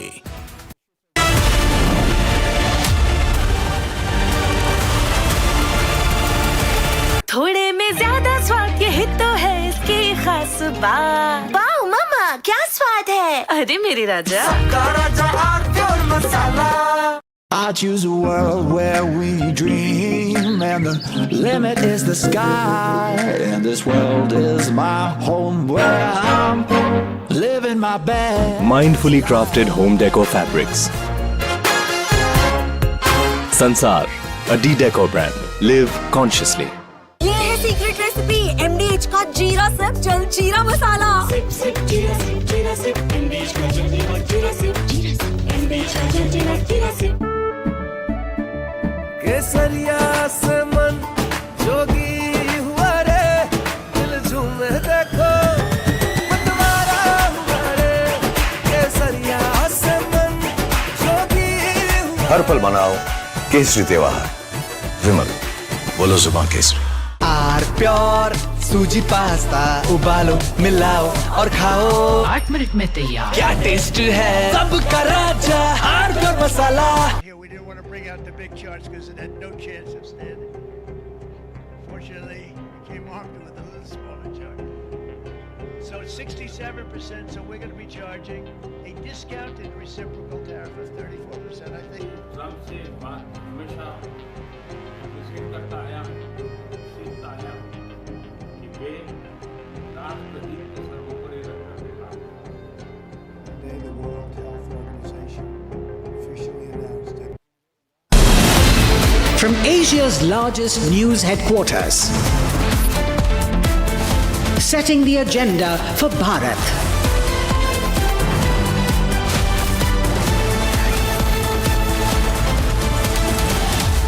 You're watching Republic.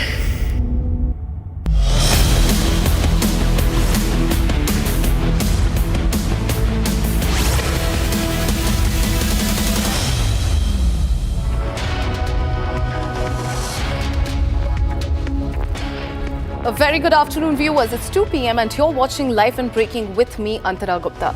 The common man today, ladies and gentlemen, is breathing a sigh of relief, and this is after the government has delivered their big GST pre-Diwali bonanza. We'll get you all of that and much more, but first, as always, a quick check of the headlines.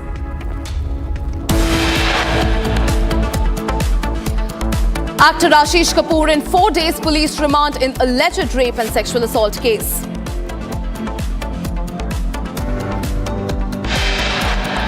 Hindu Seers and groups write to Union Home Minister Amit Shah on increasing attacks on Sanatan Dharma and Hindus.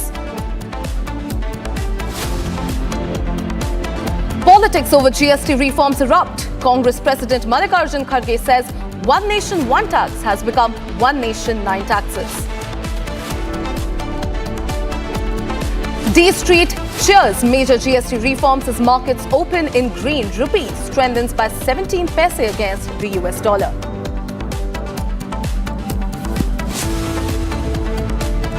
ED probe into betting app scam picks space. Cricketer Shikhar Dhawan summoned for questioning today. India battles record rainfall triggered floods, landslides reported in Himachal's Kullu and Kishtwar in J&K.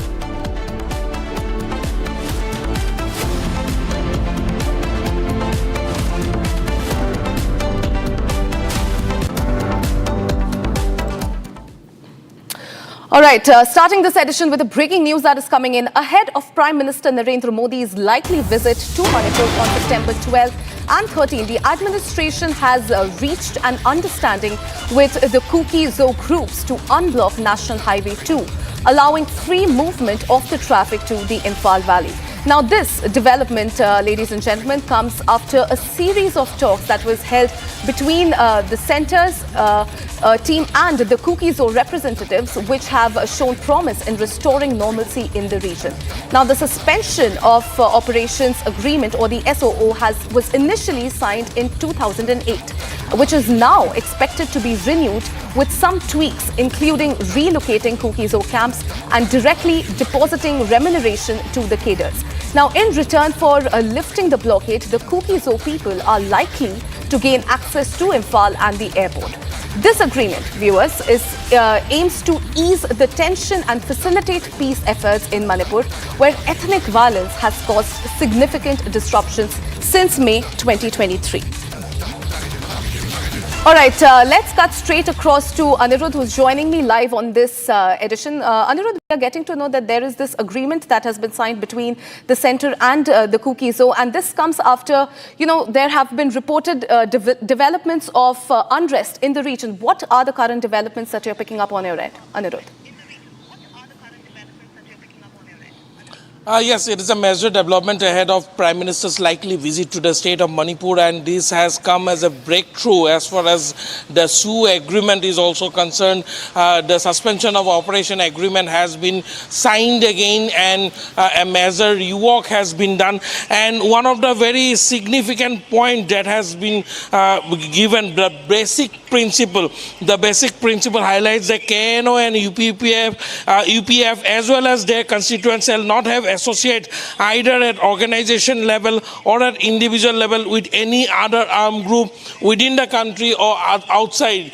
There were allegations earlier that Kuki National Organization also have their wing in Myanmar. So this has been highlighted that they will not associate themselves with any organization within the country or that outside the country. And the second point that has been given in this suspension of operation agreement is also very significant, where it has been clearly mentioned, and Republic TV is the only channel to have got access to this secret document which has been signed between the centre and the UPF as well as KNO. And in the second point, it has been highlighted that KNO and UPF as well as their constituents shall not undertake any offensive operations like ambush, raid, sniping and attack leading to death, injury, damage or loss of property, kidnapping, extortion, intimidation, etc. against security forces, other groups or the public. Earlier, the mention of other groups or public was not clear.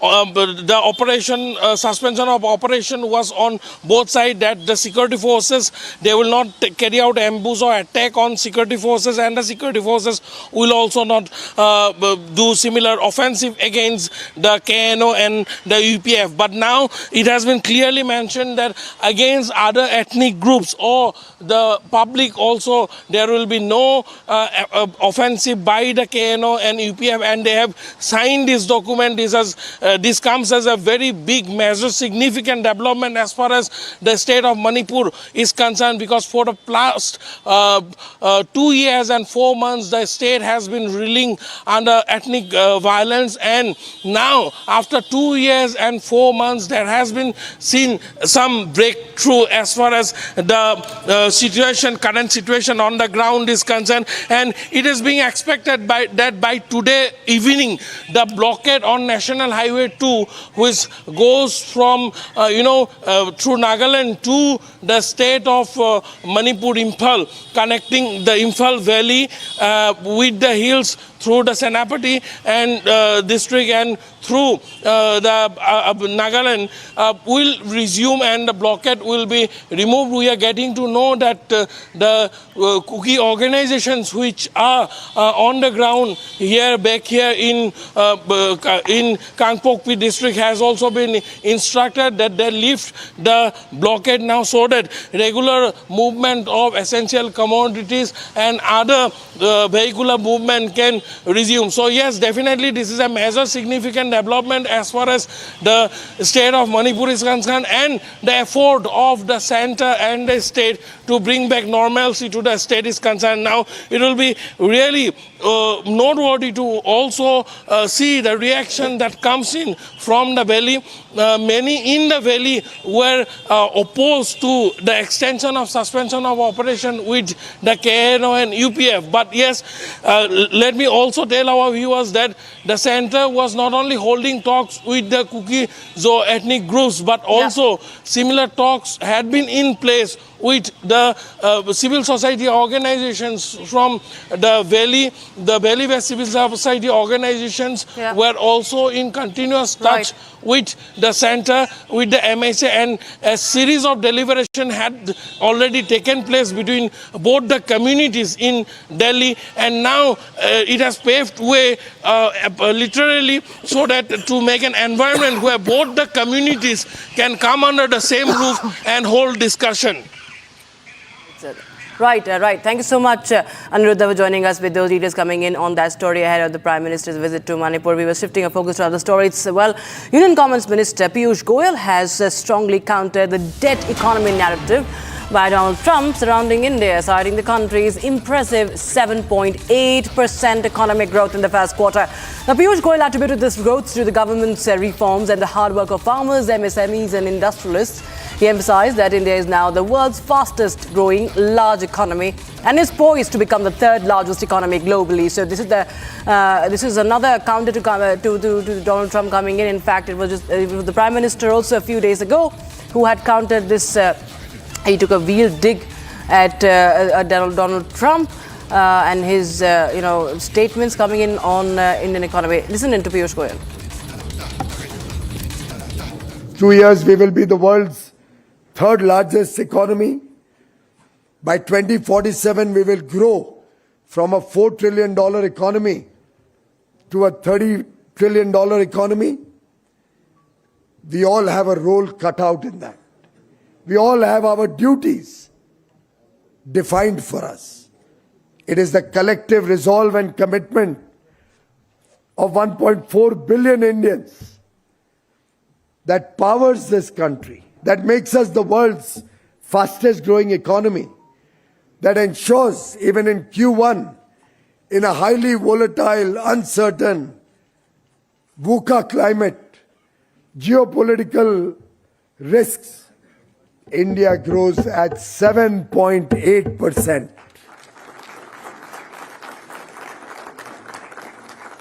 And that is only possible when you have a decisive leader like Narendra Modi guiding and leading the country.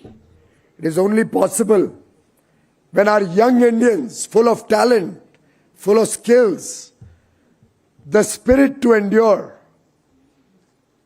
work hard, work honestly to take the country forward.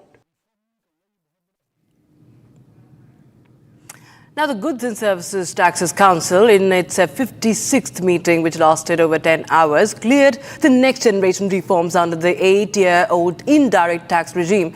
This effectively paves the way for a broad two-slab structure of 5% and 18%, with a demerit rate of 40%. Only for super luxury, sin and demerit goods.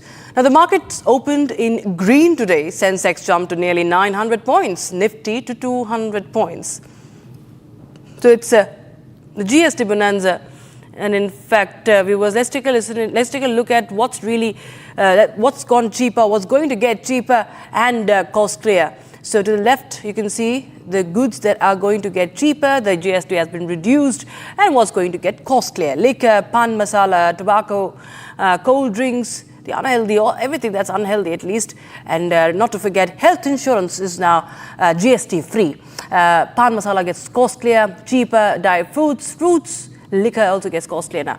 All right, Union Minister for Finance, Union Finance Minister Nirmala Sitharaman said that the reforms have been carried out with a focus on the common man. Every tax on the common man's daily use items has gone through a rigorous review, and in most cases the rates have come down drastically, she says. Also adding that labor-intensive industries have been given a good support. Farmers and the agriculture sector as well as the health sector will benefit from this. Key drivers of the economy, viewers, will be given prominence as per the Finance Minister. Listen in.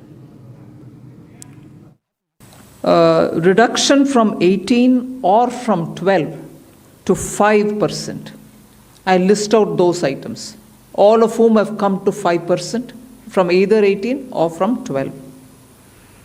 Common man items such as hair oil, toilet soap, soap bars, shampoos, toothbrushes, toothpaste, bicycles, tableware, kitchenware and other household articles have all come to 5, whether they were in 18 or whether they were in 12.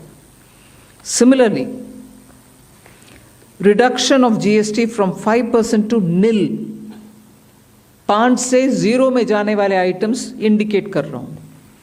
Ultra high temperature milk, the UHT milk, chhena और paneer, all the Indian breads will see nil rate. So रोटी किसी के ऊपर भी, चपाती और रोटी और पराठा और whatever it is, they all come to nil. Reduction of GST from 12% or from 18% to 5. इसमें food items बहुत सारे हैं. नमकीन से भुजिया है, सॉसेस है, पास्ता है, इंस्टेंट नूडल्स है, chocolates, coffee, preserved meat, cornflakes, butter, ghee, ये सब 5% में आ रही है. फिर रिडक्शन फ्रॉम 28 टू 18%. इसमें मिडिल क्लास के एस्पिरेशंस मीट करने वाले बहुत सारे चीज़ हैं. Air conditioning machines, TVs which are over 32 inches, all TVs now at 18%. I want to underline, all TVs are now at 18%. Dishwashing machines, small cars, motorcycles equal to or less than 350 cc are all now coming to 18. Agriculture goods such as tractors, agricultural, horticultural and forestry machines for soil preparation or cultivation, harvesting or threshing machines, including straw or fodder balers, grass or hay movers, composting machines, etc., are all coming down from 12 to 5%. Reduction of GST from 12 to 5% on 12 specified biopesticides. Also from 12 to 5 is natural menthol. So किसान के लिए, उनके products के लिए जो वो उपयोग करते हैं, उन सब में it has come down. Again from 12 to 5, handicrafts and also labor intensive sectors. What are they? Handicrafts, marble, travertine blocks, granite blocks, intermediate leather goods. ये सब 5 में आ रही है. Reduction of cement from 28 to 18, क्योंकि घर बनाने में मिडिल क्लास के लिए सीमेंट इतना आवश्यक है, इसीलिए 28 it has come down to 18. Health related items, 33 life saving drugs and medicines, and they all come down from 12 to 0. From 5 to 0 and 3 life-saving drugs and medicines used for treatment of cancer, rare diseases and other severe chronic diseases. There are several drugs and medicines coming down to 5 from 12. Number 1 पर महाराष्ट्र रहा. तब से लेकर आज तक इस महीने का भी जो कलेक्शन आया है उसमें महाराष्ट्र ही नंबर 1 पर है. और अब आवश्यकता थी सेकंड जनरेशन रिफॉर्म्स की. प्रधानमंत्री जी ने बहुत हिम्मत के साथ देश को सेकंड जनरेशन रिफॉर्म्स दिए हैं. इसके कारण कंज्यूमर पर जो टैक्स का बर्डन है वो कम हो रहा है. इसके कारण चीजें सस्ती होगी, इसके कारण व्यापार बढ़ेगा, उसके कारण डिमांड बढ़ेगी, उसके कारण प्रोडक्शन बढ़ेगा, उसके कारण रोजगार बढ़ेगा और देश के अर्थतंत्र को एक नया बूस्ट ये सेकंड जनरेशन रिफॉर्म्स देने वाले हैं. और इतिहास में ऐसा बहुत कम देखा गया है कि इनडायरेक्ट टैक्सेस को इस तरीके से कम किया जाना ये अप्रत्याशित है. लेकिन मोदी जी इस प्रकार के निर्णय लेते हैं और देश को आगे ले जाते हैं. तो मैं ऐसा मानता हूं कि एक बहुत महत्वपूर्ण निर्णय लिया गया है. और मुझे इस बात की खुशी है कि महाराष्ट्र की सरकार ने ये जो रिफॉर्म्स है इनको पूरे तरीके से सपोर्ट किया और हमने वहां पर भूमिका रखी कि महाराष्ट्र इसका पूर्ण समर्थन करता है और देश के विकास में, देश के प्रगति में महाराष्ट्र अपनी भागीदारी हमेशा रखेगा, रिफॉर्म्स में भी अपनी भागीदारी रखेगा। और मैं मानता हूं आने वाले दिनों में हम लोग इन रिफॉर्म्स के माध्यम से जो परिवर्तन होगा उस परिवर्तन की भी भागीदारी करेंगे। Now viewers, the Union Minister for Railways, Information and Broadcasting Ashwini Vaishnav hailed the GST reforms and highlighted the benefits of tax reforms. Listen in.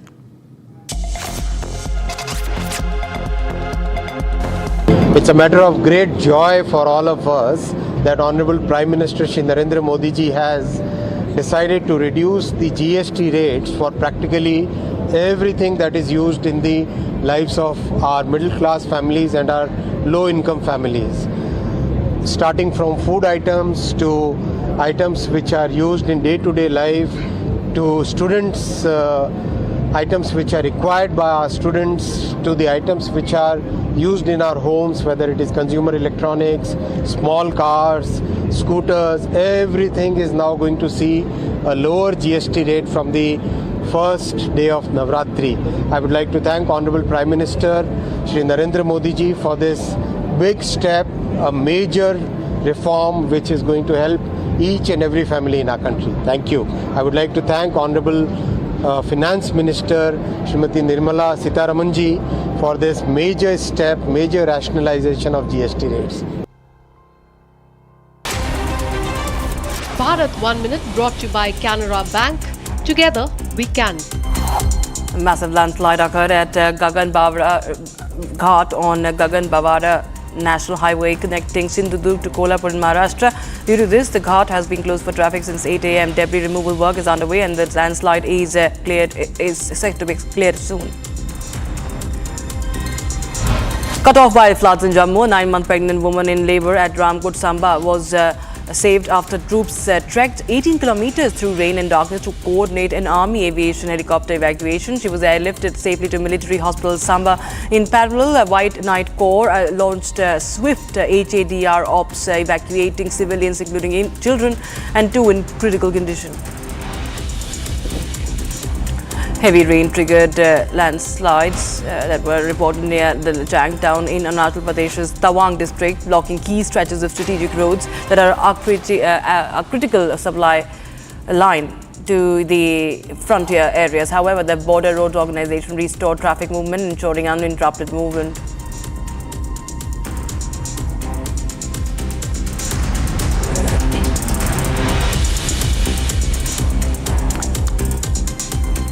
Viewers, we have breaking news coming in from Karnataka. Now, YouTuber Seers is facing police probe in the Dharmasthala case. His home has now been searched in Bengaluru, and that's what we are breaking right now. Viewers, that's another setback for the anti-Dharmasthala gang. Now, this Beltangadi police raided YouTuber Seers, his rented house near Banerghata in Bengaluru, in the AI video case. Now, acting on a court warrant, police and the FSL staff searched his home, checking the computer and mobile used for making videos. YouTuber Seers MD is facing a police probe, remember, over allegations of spreading misinformation through AI-generated videos, particularly one about the alleged mass burials in Dharmasthala. And despite receiving 3 notices, Seers has evaded police questioning, leading to the police searching his residence. So, he's facing the heat. Meanwhile, viewers, parallelly, we've seen that Seers, top Seers, held a meeting with Amit Shah, and they raised the question of how on digital platforms there is a whole toolkit of how to malign the Sanatan Dharma. And Seers have cited Dharmasthala Rao when they urged Amit Shah to bring in a law to protect saints and temples. The Seers and community leaders from across India have urged Home Minister to enact a law safeguarding saints, religious institutions. They cited Dharmasthala, Palghar and Belagavi instance. Niranjan Narayan Swami joins us live on the broadcast from the newsroom. Niranjan, these are very, the voices are being raised like never before. And Dharmasthala, in fact, has just given a push we've seen the YouTubers and this entire toolkit that was functioning against Sanatan Dharma. Now the Seers have also met the Home Minister, and they've cited Dharmasthala that how before, these things get out of hand, there should be a curb to it. Well, what has happened is the story has gained so much of momentum in the last few weeks, especially after Republic TV exposed this plot. This morning, in fact, we accessed those pictures and the letter written by the Hindu Seers as well. And Hindu Seers, Jain leaders, Jain community leaders, Jain Seers have all come together. They've met the Union Home Minister, and they have also, highlighted the Dharmasthala case as a case in point to expose this non-stop series of attacks on Hindu faith. Right. And they've also, specifically mentioned the role of YouTubers in that. They spoke about YouTubers, influencers, trying to malign Hindus, Hinduism, this what is typically called a shoot and scoot strategy. And following these revelations, essentially, coming back to the story of what happened in Dharmasthala, YouTubers amplified a lie, and that was taken as the truth, and, it spread like wildfire in the last, 1 or 2 months when the story has been alive. And now these YouTubers are being probed, and we're also getting information that Enforcement Directorate is looking at the money angle.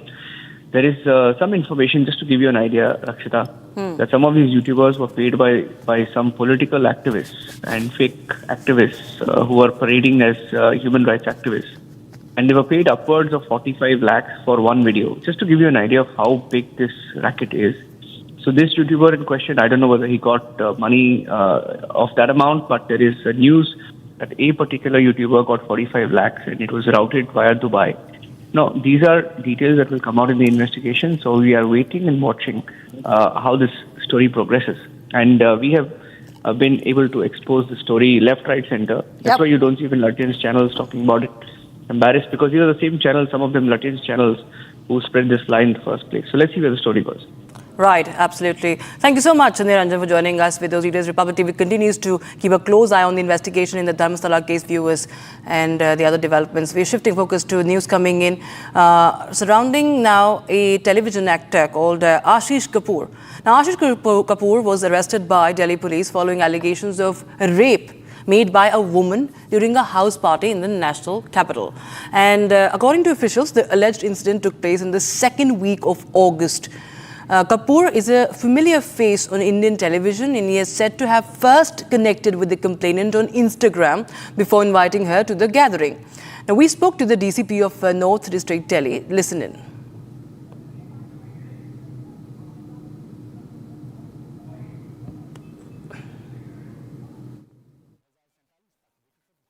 It was the case was registered on 11th of August, and the incident took place on the intervening night of 10th and 11th August. So who all were present when that incident took place? Yeah, she has leveled allegations against 3-4 people. They were present. Besides, there were other people also in the house. So there were many people present there. Who were those 3-4 people? Were those friends? Yeah, they were all known friends. And when did the first time the victim met the accused? Victim, she was in touch with the accused, the main accused, since last 9-10 months on Instagram, but she met him for the first time on that day. And what was the reason? They were, as what she has told us, that they were friends. They were in touch with each other on social media. So they decided that okay, we should meet. So that's what they decided to meet. So there was a party which was going on at a very residence. And whose residence was that where the party was going on? Yeah, the alleged Ashish Kapoor, whom we have arrested, his friend's residence was the place. So how many people were there? So are there any co-accused itself in this matter? Yeah, she has leveled allegations against 3 people, and so we are investigating under the role of each one. Were there any family members also present in that party? I told you in the beginning only that there were other people also, friends, family members were there. Who were they? I mean, like, I cannot reveal their names whom were all present. Right. And so, when did you arrest the main accused in connection with that case? Yeah, the main accused was arrested on Tuesday from Pune.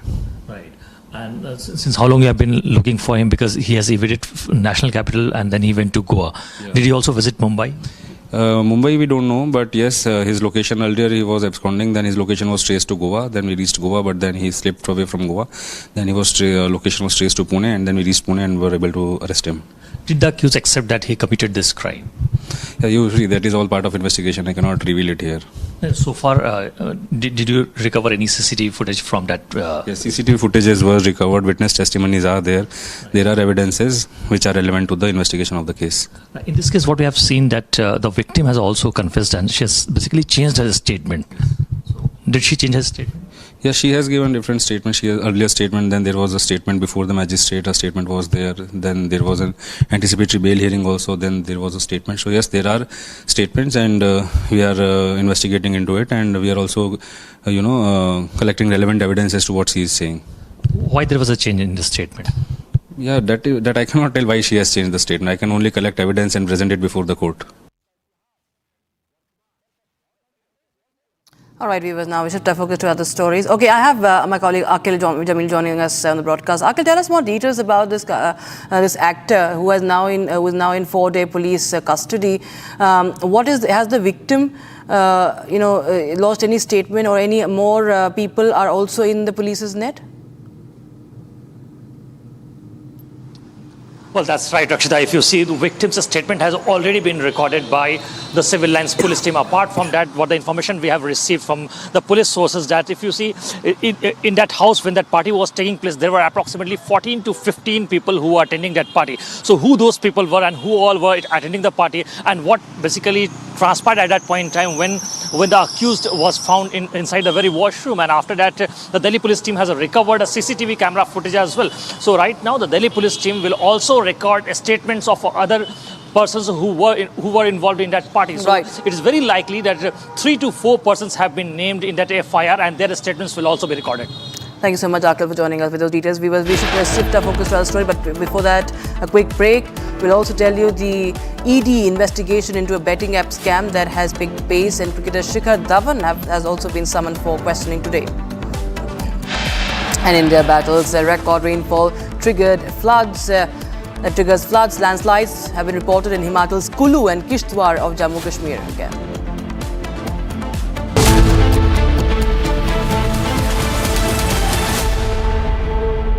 13,000 placements last year. At Amity, we are committed to nurturing passionate, hardworking and proactive professionals. MDH की हल्दी मिर्ची धनिया करे कमाल, ये रंग दे, ये खुशबू दे, ये तीखा, ये कम पड़े, क्या निराला MDH मसाला। केसरिया से मन जोगी हुआ रे, दिल झूमे देखो, मतवारा हुआ रे, केसरिया से मन जोगी हुआ। हर पल मनाओ केसरी त्योहार, विमल बोलो जुबान केसरी। आर प्योर सूजी पास्ता उबालो मिलाओ और खाओ 8 मिनट में तैयार। क्या टेस्ट है सबका राजा R pure masala.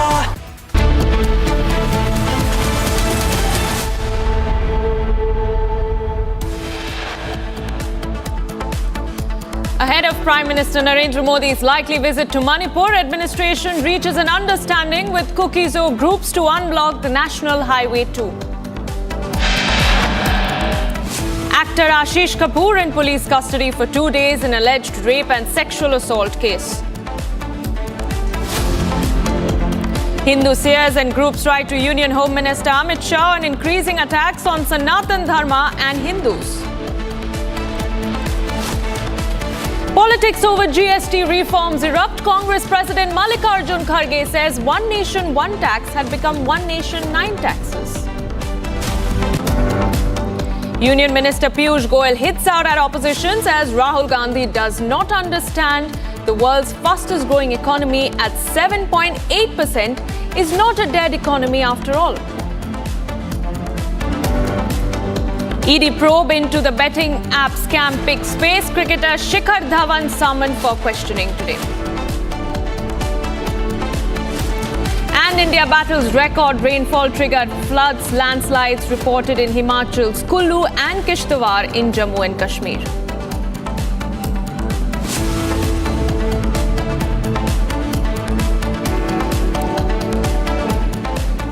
All right, ladies and gentlemen, thank you for staying with us. I'm Oyana Mitra with you. You're watching Live and Breaking, and starting this Live and Breaking bulletin with some breaking news coming in from Punjab, where today's water level of the Maharana Pratap Lake of Pong Dam has increased to over 14,000 feet. An increase of 1.5 feet has been recorded as compared to yesterday. The inflow of water in the lake is over 10,000 cusecs of the Bias River, and water is being released from the dam. As we understand, yesterday the water inflow was about 210,000 cusecs, and 80,000 cusecs of water is being released from the dam today. So viewers, these are the visuals on your screen that we are getting in from Punjab, where the situation is pretty grim after the state, like many other North Indian states, have recorded record rainfall in the month of August. And there's increasing concern about the water level rising in all of these rivers, which is leading to flash floods and triggering landslides in nearby areas. Most of the villages in Punjab, remember viewers, remains submerged as authorities scramble to restore some amount of normalcy, to evacuate the local residents, to furnish supplies and to restore some sort of normalcy. Those are the visuals on your screen that are coming in from Punjab as the state continues to battle relentless rainfall and flash floods. Let's get in a word from my colleague Lalit, who's joining me live from Sultanpur. Lalit, show us around. What is the situation around you at the moment, and how are the authorities really looking to deal with this situation as incessant rainfall continues in the region? Right now we are in the Busewal village of the Sultanpur Lodi. Let me show you the visuals only. The water which have entered into the fields of the Sultanpur Lodi. Now you can see that the farmers have applied the motors in the field so that water can be drained out into the river. So this is the river in which the water in the fields which have been relentlessly entered into the fields as the river Ravi was in spate, and the high current of the river Ravi have submerged almost around dozen villages here in the Sultanpur Lodi. So now efforts are being made to make the life back come back to the normal. Apart from that, if you talk about the local administration, the NDRF, the army and the other local people are helping so that the people can be helped who are just trapped in the water and who have been evacuated from there. Let me take across to certain villagers of this village what they want to say about the flood. बाबा जी, अगर हम यहाँ के floods की बात करें, जिस तरह से बारिश हुई थी, किस तरह के हालात अब बने हुए हैं? ਵੀ ਦੇਖੋ ਜੀ, ਪਹਿਲਾਂ ਤਾਂ ਮੈਂ ਤੁਹਾਡਾ ਧੰਨਵਾਦ ਕਰਦਾ ਜਿਹੜੇ ਤੁਸੀਂ ਇੱਥੇ ਆਣ ਕੇ ਸਾਡੇ ਜਿਹੜੇ ਕਿ ਪਤਾ ਸੁਰ ਲੈਣ ਲਏ ਆ ਵੀ ਚੈਨਲ, ਬਹੁਤ ਬਹੁਤ ਧੰਨਵਾਦ ਆ। ਬਾਕੀ ਹਾਲਾਤ ਸਾਡੇ ਜਿਹੜੇ ਹੈਗੇ ਆ ਇੱਥੇ, ਚਲੋ ਵੀ ਮੀਂਹ ਬਹੁਤ ਜ਼ਿਆਦਾ ਪਿਆ, ਕੁਛ ਆ ਦਰਿਆਵਾਂ ਦੇ ਵਿੱਚ ਪਾਣੀ ਹੋਣ ਕਰਕੇ ਆ ਜਿਹੜੀ ਨਦੀ ਆ ਇਹਦਾ ਉੱਪਰ ਨੂੰ ਵਹਾ ਗਿਆ, ਇਹਨੇ ਨੇ ਮਤਲਬ ਬੂਸਵਾਲ ਦੇ ਆਸੇ ਪਾਸੇ 4 ਚਫੇਰੇ ਪਾਣੀ ਫੈਲਾ ਦਿੱਤਾ ਵਾ, ਠੀਕ ਆ ਕਿ ਨਹੀਂ। ਉਹਦੇ ਵਿੱਚ ਜਿੱਦਾਂ ਹੁਣ ਸਾਡੀਆਂ ਜ਼ਮੀਨਾਂ ਲਾ ਲਓ, ਇਹਦਾ ਉੱਦਾਂ ਨਿਕਾਸ ਹੈਗਾ ਹੀ ਇਹਨੂੰ, उधर बारिश ज़्यादा होने करके इधर नदी का बहाव उपर आ गया, नहीं निकलिया। आ इतों तकरीबन 100 किला एरिया पैंदा जी, ये 100 किले का पानी सारा ही इत्थे इकट्ठा हुंदा ते इहदे विचों ही मतलब चक के इधर नूं मतलब कि सुट्टण लैं, अपणियां मोटरां ला के तुहाडे सामने लगे इंजन ट्रैक्टर मतलब ला के ये पानी कड्ढण लैं।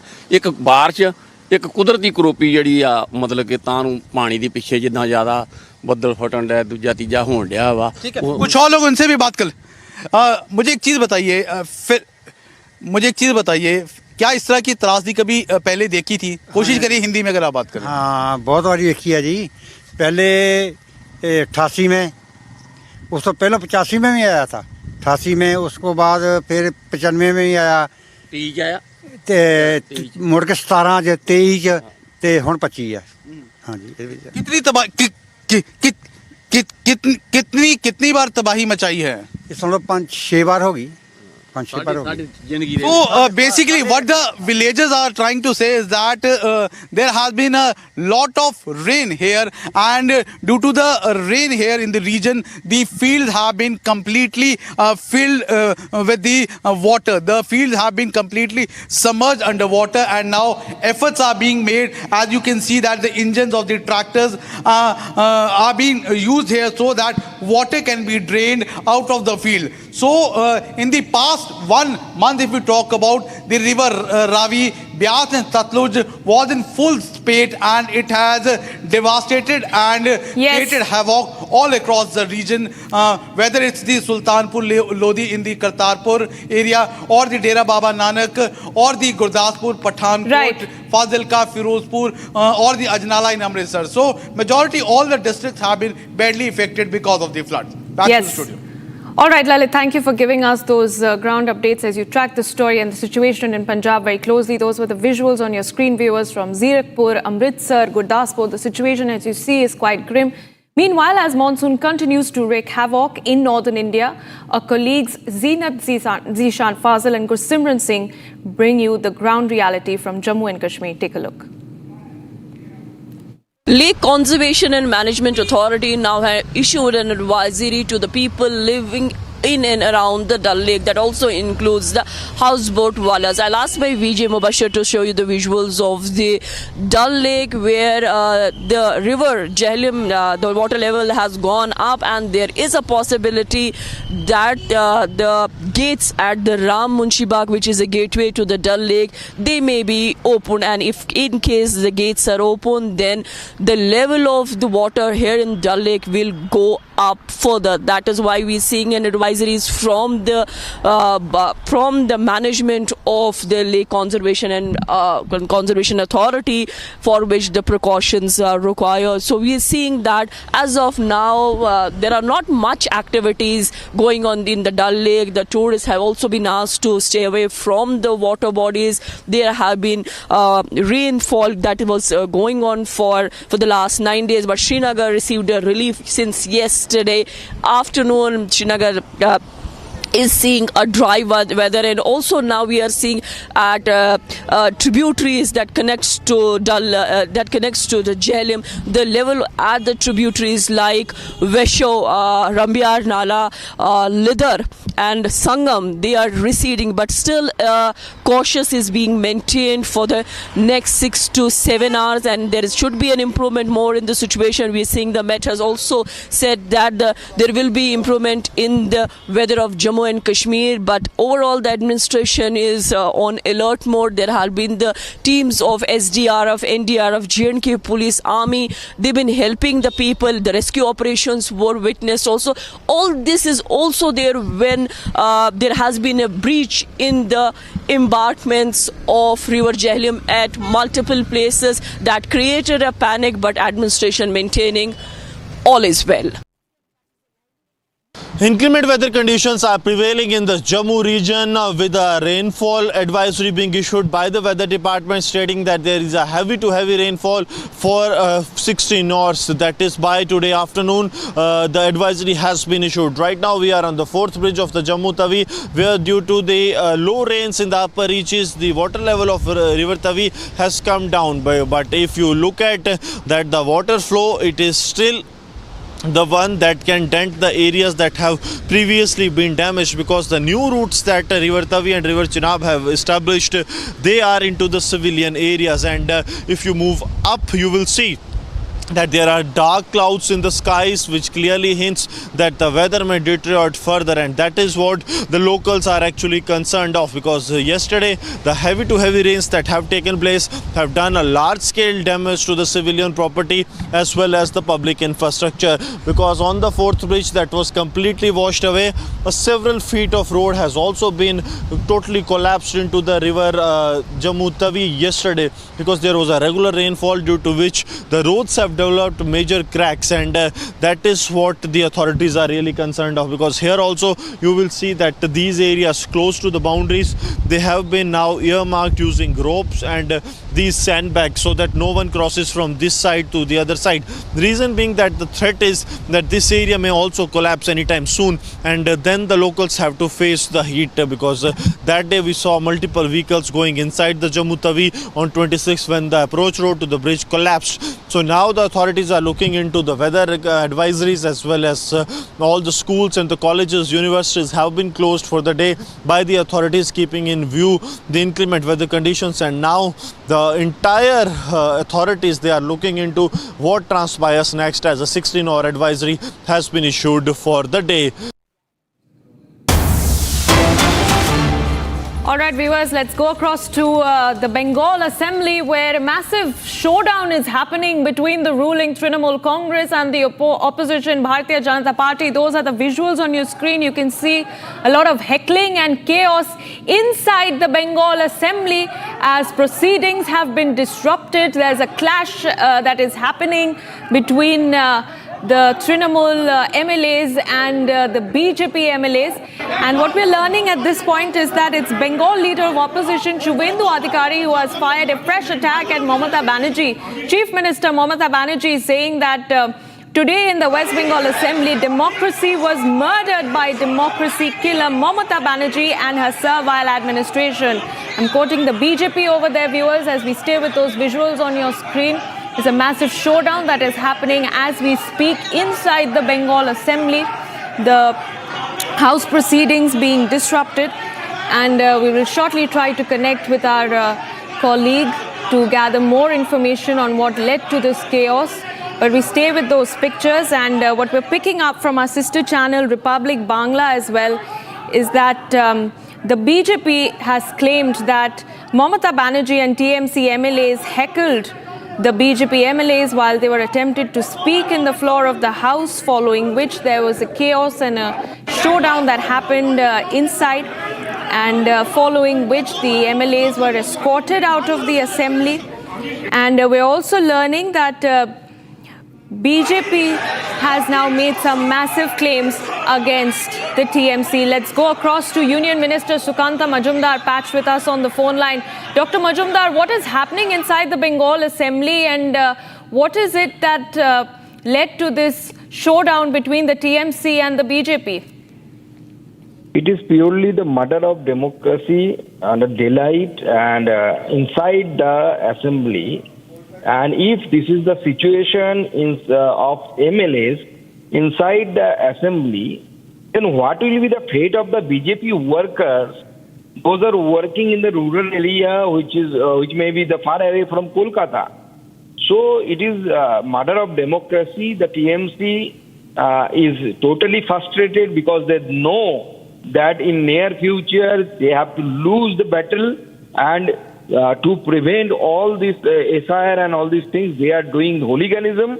And BJP, they are blaming that BJP is anti-Bengali. Actually, Mamata Banerjee and her party is anti-India and anti-Bengali.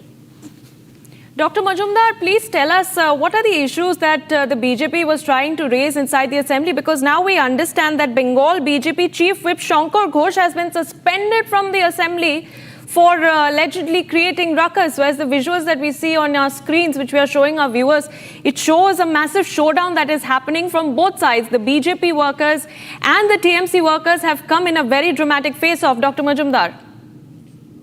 See, from yesterday, the TMC leadership, even the State Education Minister Bratta Bosu, used a derogative comment against Indian Army.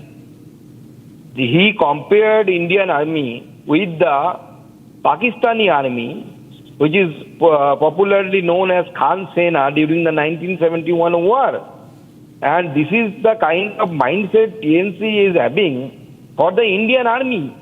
So our people, our MLAs, we believe on nationalism, and we have protested against this. We have protested against this, and our leader of opposition has been suspended. Today, our chief whip has been suspended, and they were thrown out of the assembly by using the force. So this is the kind of democracy prevailing in the state of West Bengal. And Mamata Banerjee, being a part of and parcel of Indi Gadbandhan, they blame the central government. That central government is destroying democracy. Is it imaginable inside Lok Sabha? It is not imaginable inside Lok Sabha, but it is happening in the Assembly of West Bengal. Dr. Majumdar, how does the BJP plan to take this up with the state government? Of course, we believe that the House proceedings, as we see from those visuals, has been disrupted for the day. There is no democracy, as you say, in the Bengal Assembly. How does the party plan to take this matter forward? We won't allow anyone to comment on derogative comment, to pass derogative comment against Indian Army. We are with the Indian Army, and the people of West Bengal is with Indian Army. So we will protest and we will fight both inside the assembly as well as on road. Right. All right, Dr. Majumdar, thank you for speaking to us. Viewers, those were the visuals that we're tracking from West Bengal Assembly. For the moment, let's move on. Union Minister of Commerce and Industry Piyush Goyal attended the International Exhibition on Pharma and Healthcare and laid emphasis on India's self-reliance and Prime Minister Modi's Viksit Bharat vision. Listen in. GST reforms are a step in the direction of ensuring an Atmanirbhar Bharat, an India which is self-sufficient, self-reliant, an India that cares for every Indian. 140 crore Indians coming together with the collective resolve to make India Viksit Bharat by 2047. India has the confidence to weather many situations. We have done that in the past. Your industry has been at the forefront. Whenever any challenge has struck India, we cannot but forget the human contribution. It is incumbent, it is our duty as stakeholders, as participants in this journey in the Amrit Kal until 2047. We are all collectively committed to take this country to greater heights. In the next 2 years, we will be the world's third largest economy. By 2047, we will grow from a $4 trillion economy to a $30 trillion economy. We all have a role cut out in that. We all have our duties defined for us. It is the collective resolve and commitment of 1.4 billion Indians that powers this country, that makes us the world's fastest growing economy, that ensures even in Q1, in a highly volatile, uncertain, VUCA climate, geopolitical risks, India grows at 7.8%. Let's move across to some breaking news coming in from the state of Andhra Pradesh, where we're learning that a major controversy has erupted after YSRCP workers allegedly served chicken biryani near a Ganesh Pandal. Now, devotees who were participating at a Ganesh Chaturthi event near the celebrations expressed anger, terming the act as an insult to religious sentiments. This is a breaking news that we're tracking from Andhra Pradesh, ladies and gentlemen, where controversy erupted in the Nandigama town of Andhra Pradesh's NTR district over the alleged distribution of chicken biryani by YSRCP leaders on the death anniversary of former Chief Minister Y.S. Rajshekhara Reddy at a Ganesh Mandap. The local police said that despite objections raised by them, the YSRCP leaders went ahead with their arrangements. And those are the visuals on your screen. You can see that the police has gathered at the spot with a lot of locals that have crowded the area as well. This after devotees claimed that their faith was insulted after YSRCP workers allegedly served non-vegetarian food near a Ganesh Pandal during Ganesh Chaturthi celebrations. And the local police has in fact also gone on to say that despite objections raised by them, the YSRCP leaders went ahead with their arrangements. And And on to Bihar ahead of the upcoming assembly elections. In the state, political situation is getting intense. BJP today staged a protest after they called for a Bihar Bandh over the derogatory remarks against Prime Minister Modi's late mother at a Mahagathbandhan event in Bihar. Several BJP leaders and workers, especially women workers, took to the streets with posters in their hands. Here's more.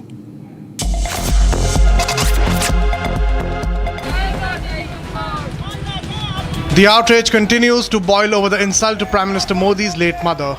The NDA today called for a 5-hour-long Bihar Bandh.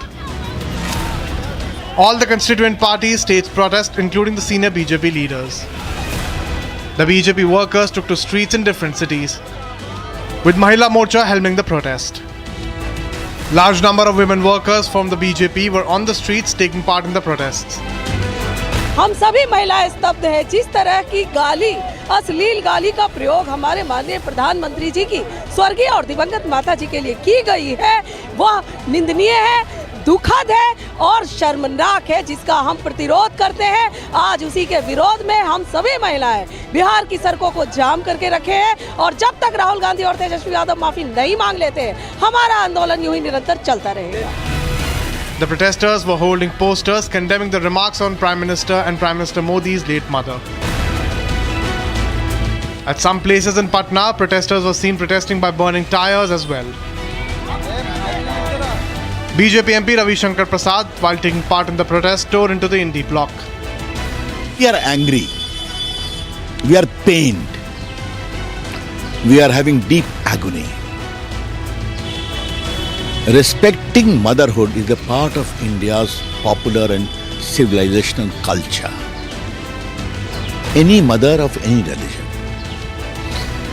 Here, you shower the choicest abuse on the PM's mother, which you cannot show on your channel live. It is so degrading and offensive. And what is this arrogance of Rahul Gandhi and Tejasvi Yadav? You will not apologize? The Bandh call comes amid heightened political tensions in Bihar, even as the NDA fuming over the issue and calling it an insult to women and all the mothers. The opposition is yet to issue a formal response on the controversy. Bharat 1 Minute brought to you by Canara Bank. Together we can. Construction site in Dharmasthala area of Kishtwar was hit by a landslide due to which 6 people were trapped under the debris. All the 6 people have been rescued in the evacuation efforts. Union Minister Jitendra Singh spoke to the administration and said the rescued persons are injured but safe and are being given the necessary medical treatment. The Jammu-Srinagar National Highway has been closed for all types of vehicular traffic following continuous heavy rainfall. Inclement weather has triggered multiple landslides and shooting stones. The Karnataka High Court heard the appeal filed by Chief Minister Siddaramaiah challenging single judge's order which upheld Governor Thawarchand Gehlot's decision granting sanction to investigate him in the alleged Muda scam. Advocate General Shashi Kiran Shetty submitted the plea urging that the matter is required to be heard finally. The court has adjourned the hearing to the second week of November.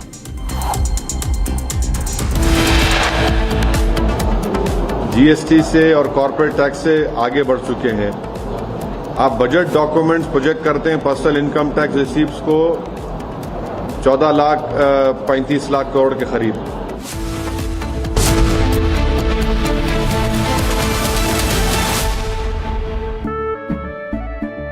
केसरिया से मन जोगी हुआ रे, दिल झूमे देखो पतवारा हुआ रे, केसरिया से मन जोगी हुआ। हर पल मनाओ केसरी त्योहार।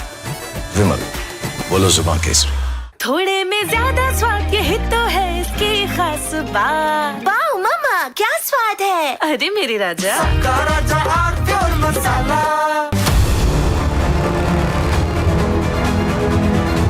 I'm headed to the northern port city of Tianjin in China to cover the largest ever SCO summit in history.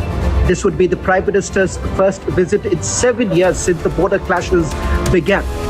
Will the global South solidarity reset the equation with the West? Will there be a trilateral? At just 38 years, he became the youngest senior advocate in the history of the Madras High Court. From earning his first salary of 350 rupees to fighting one of India's earliest medical malpractice suits, his is a journey of grit and brilliance. Meet the man who shaped the law and lived it. Senior advocate C.A. Sundaram in a rare and candid conversation on the legal side of things. This weekend only on Republic TV. Pure सूजी pasta उबालो मिलाओ और खाओ 8 minute में तैयार क्या taste है सबका राजा हार्डवेयर मसाला इसको घर पे लगाओगे तो शादी का तो पता नहीं पर घर पक्का नहीं टूटेगा रूंगटा नहीं तो घर स्ट्रॉन्ग नहीं रूंगटा स्टील TMT बार एकदम सॉलिड पहाड़ों में एक हाइकिंग स्टिक भी बन सकती है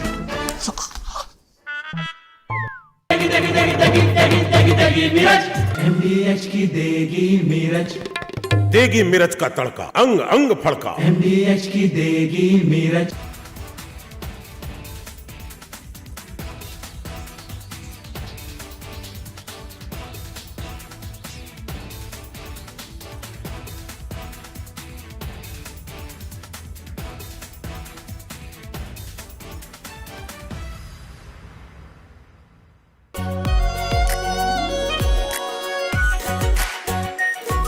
Pure Shahi Paneer Masala. Delicious, healthy, every day. Here we didn't want to bring out the big charts because it had no chance.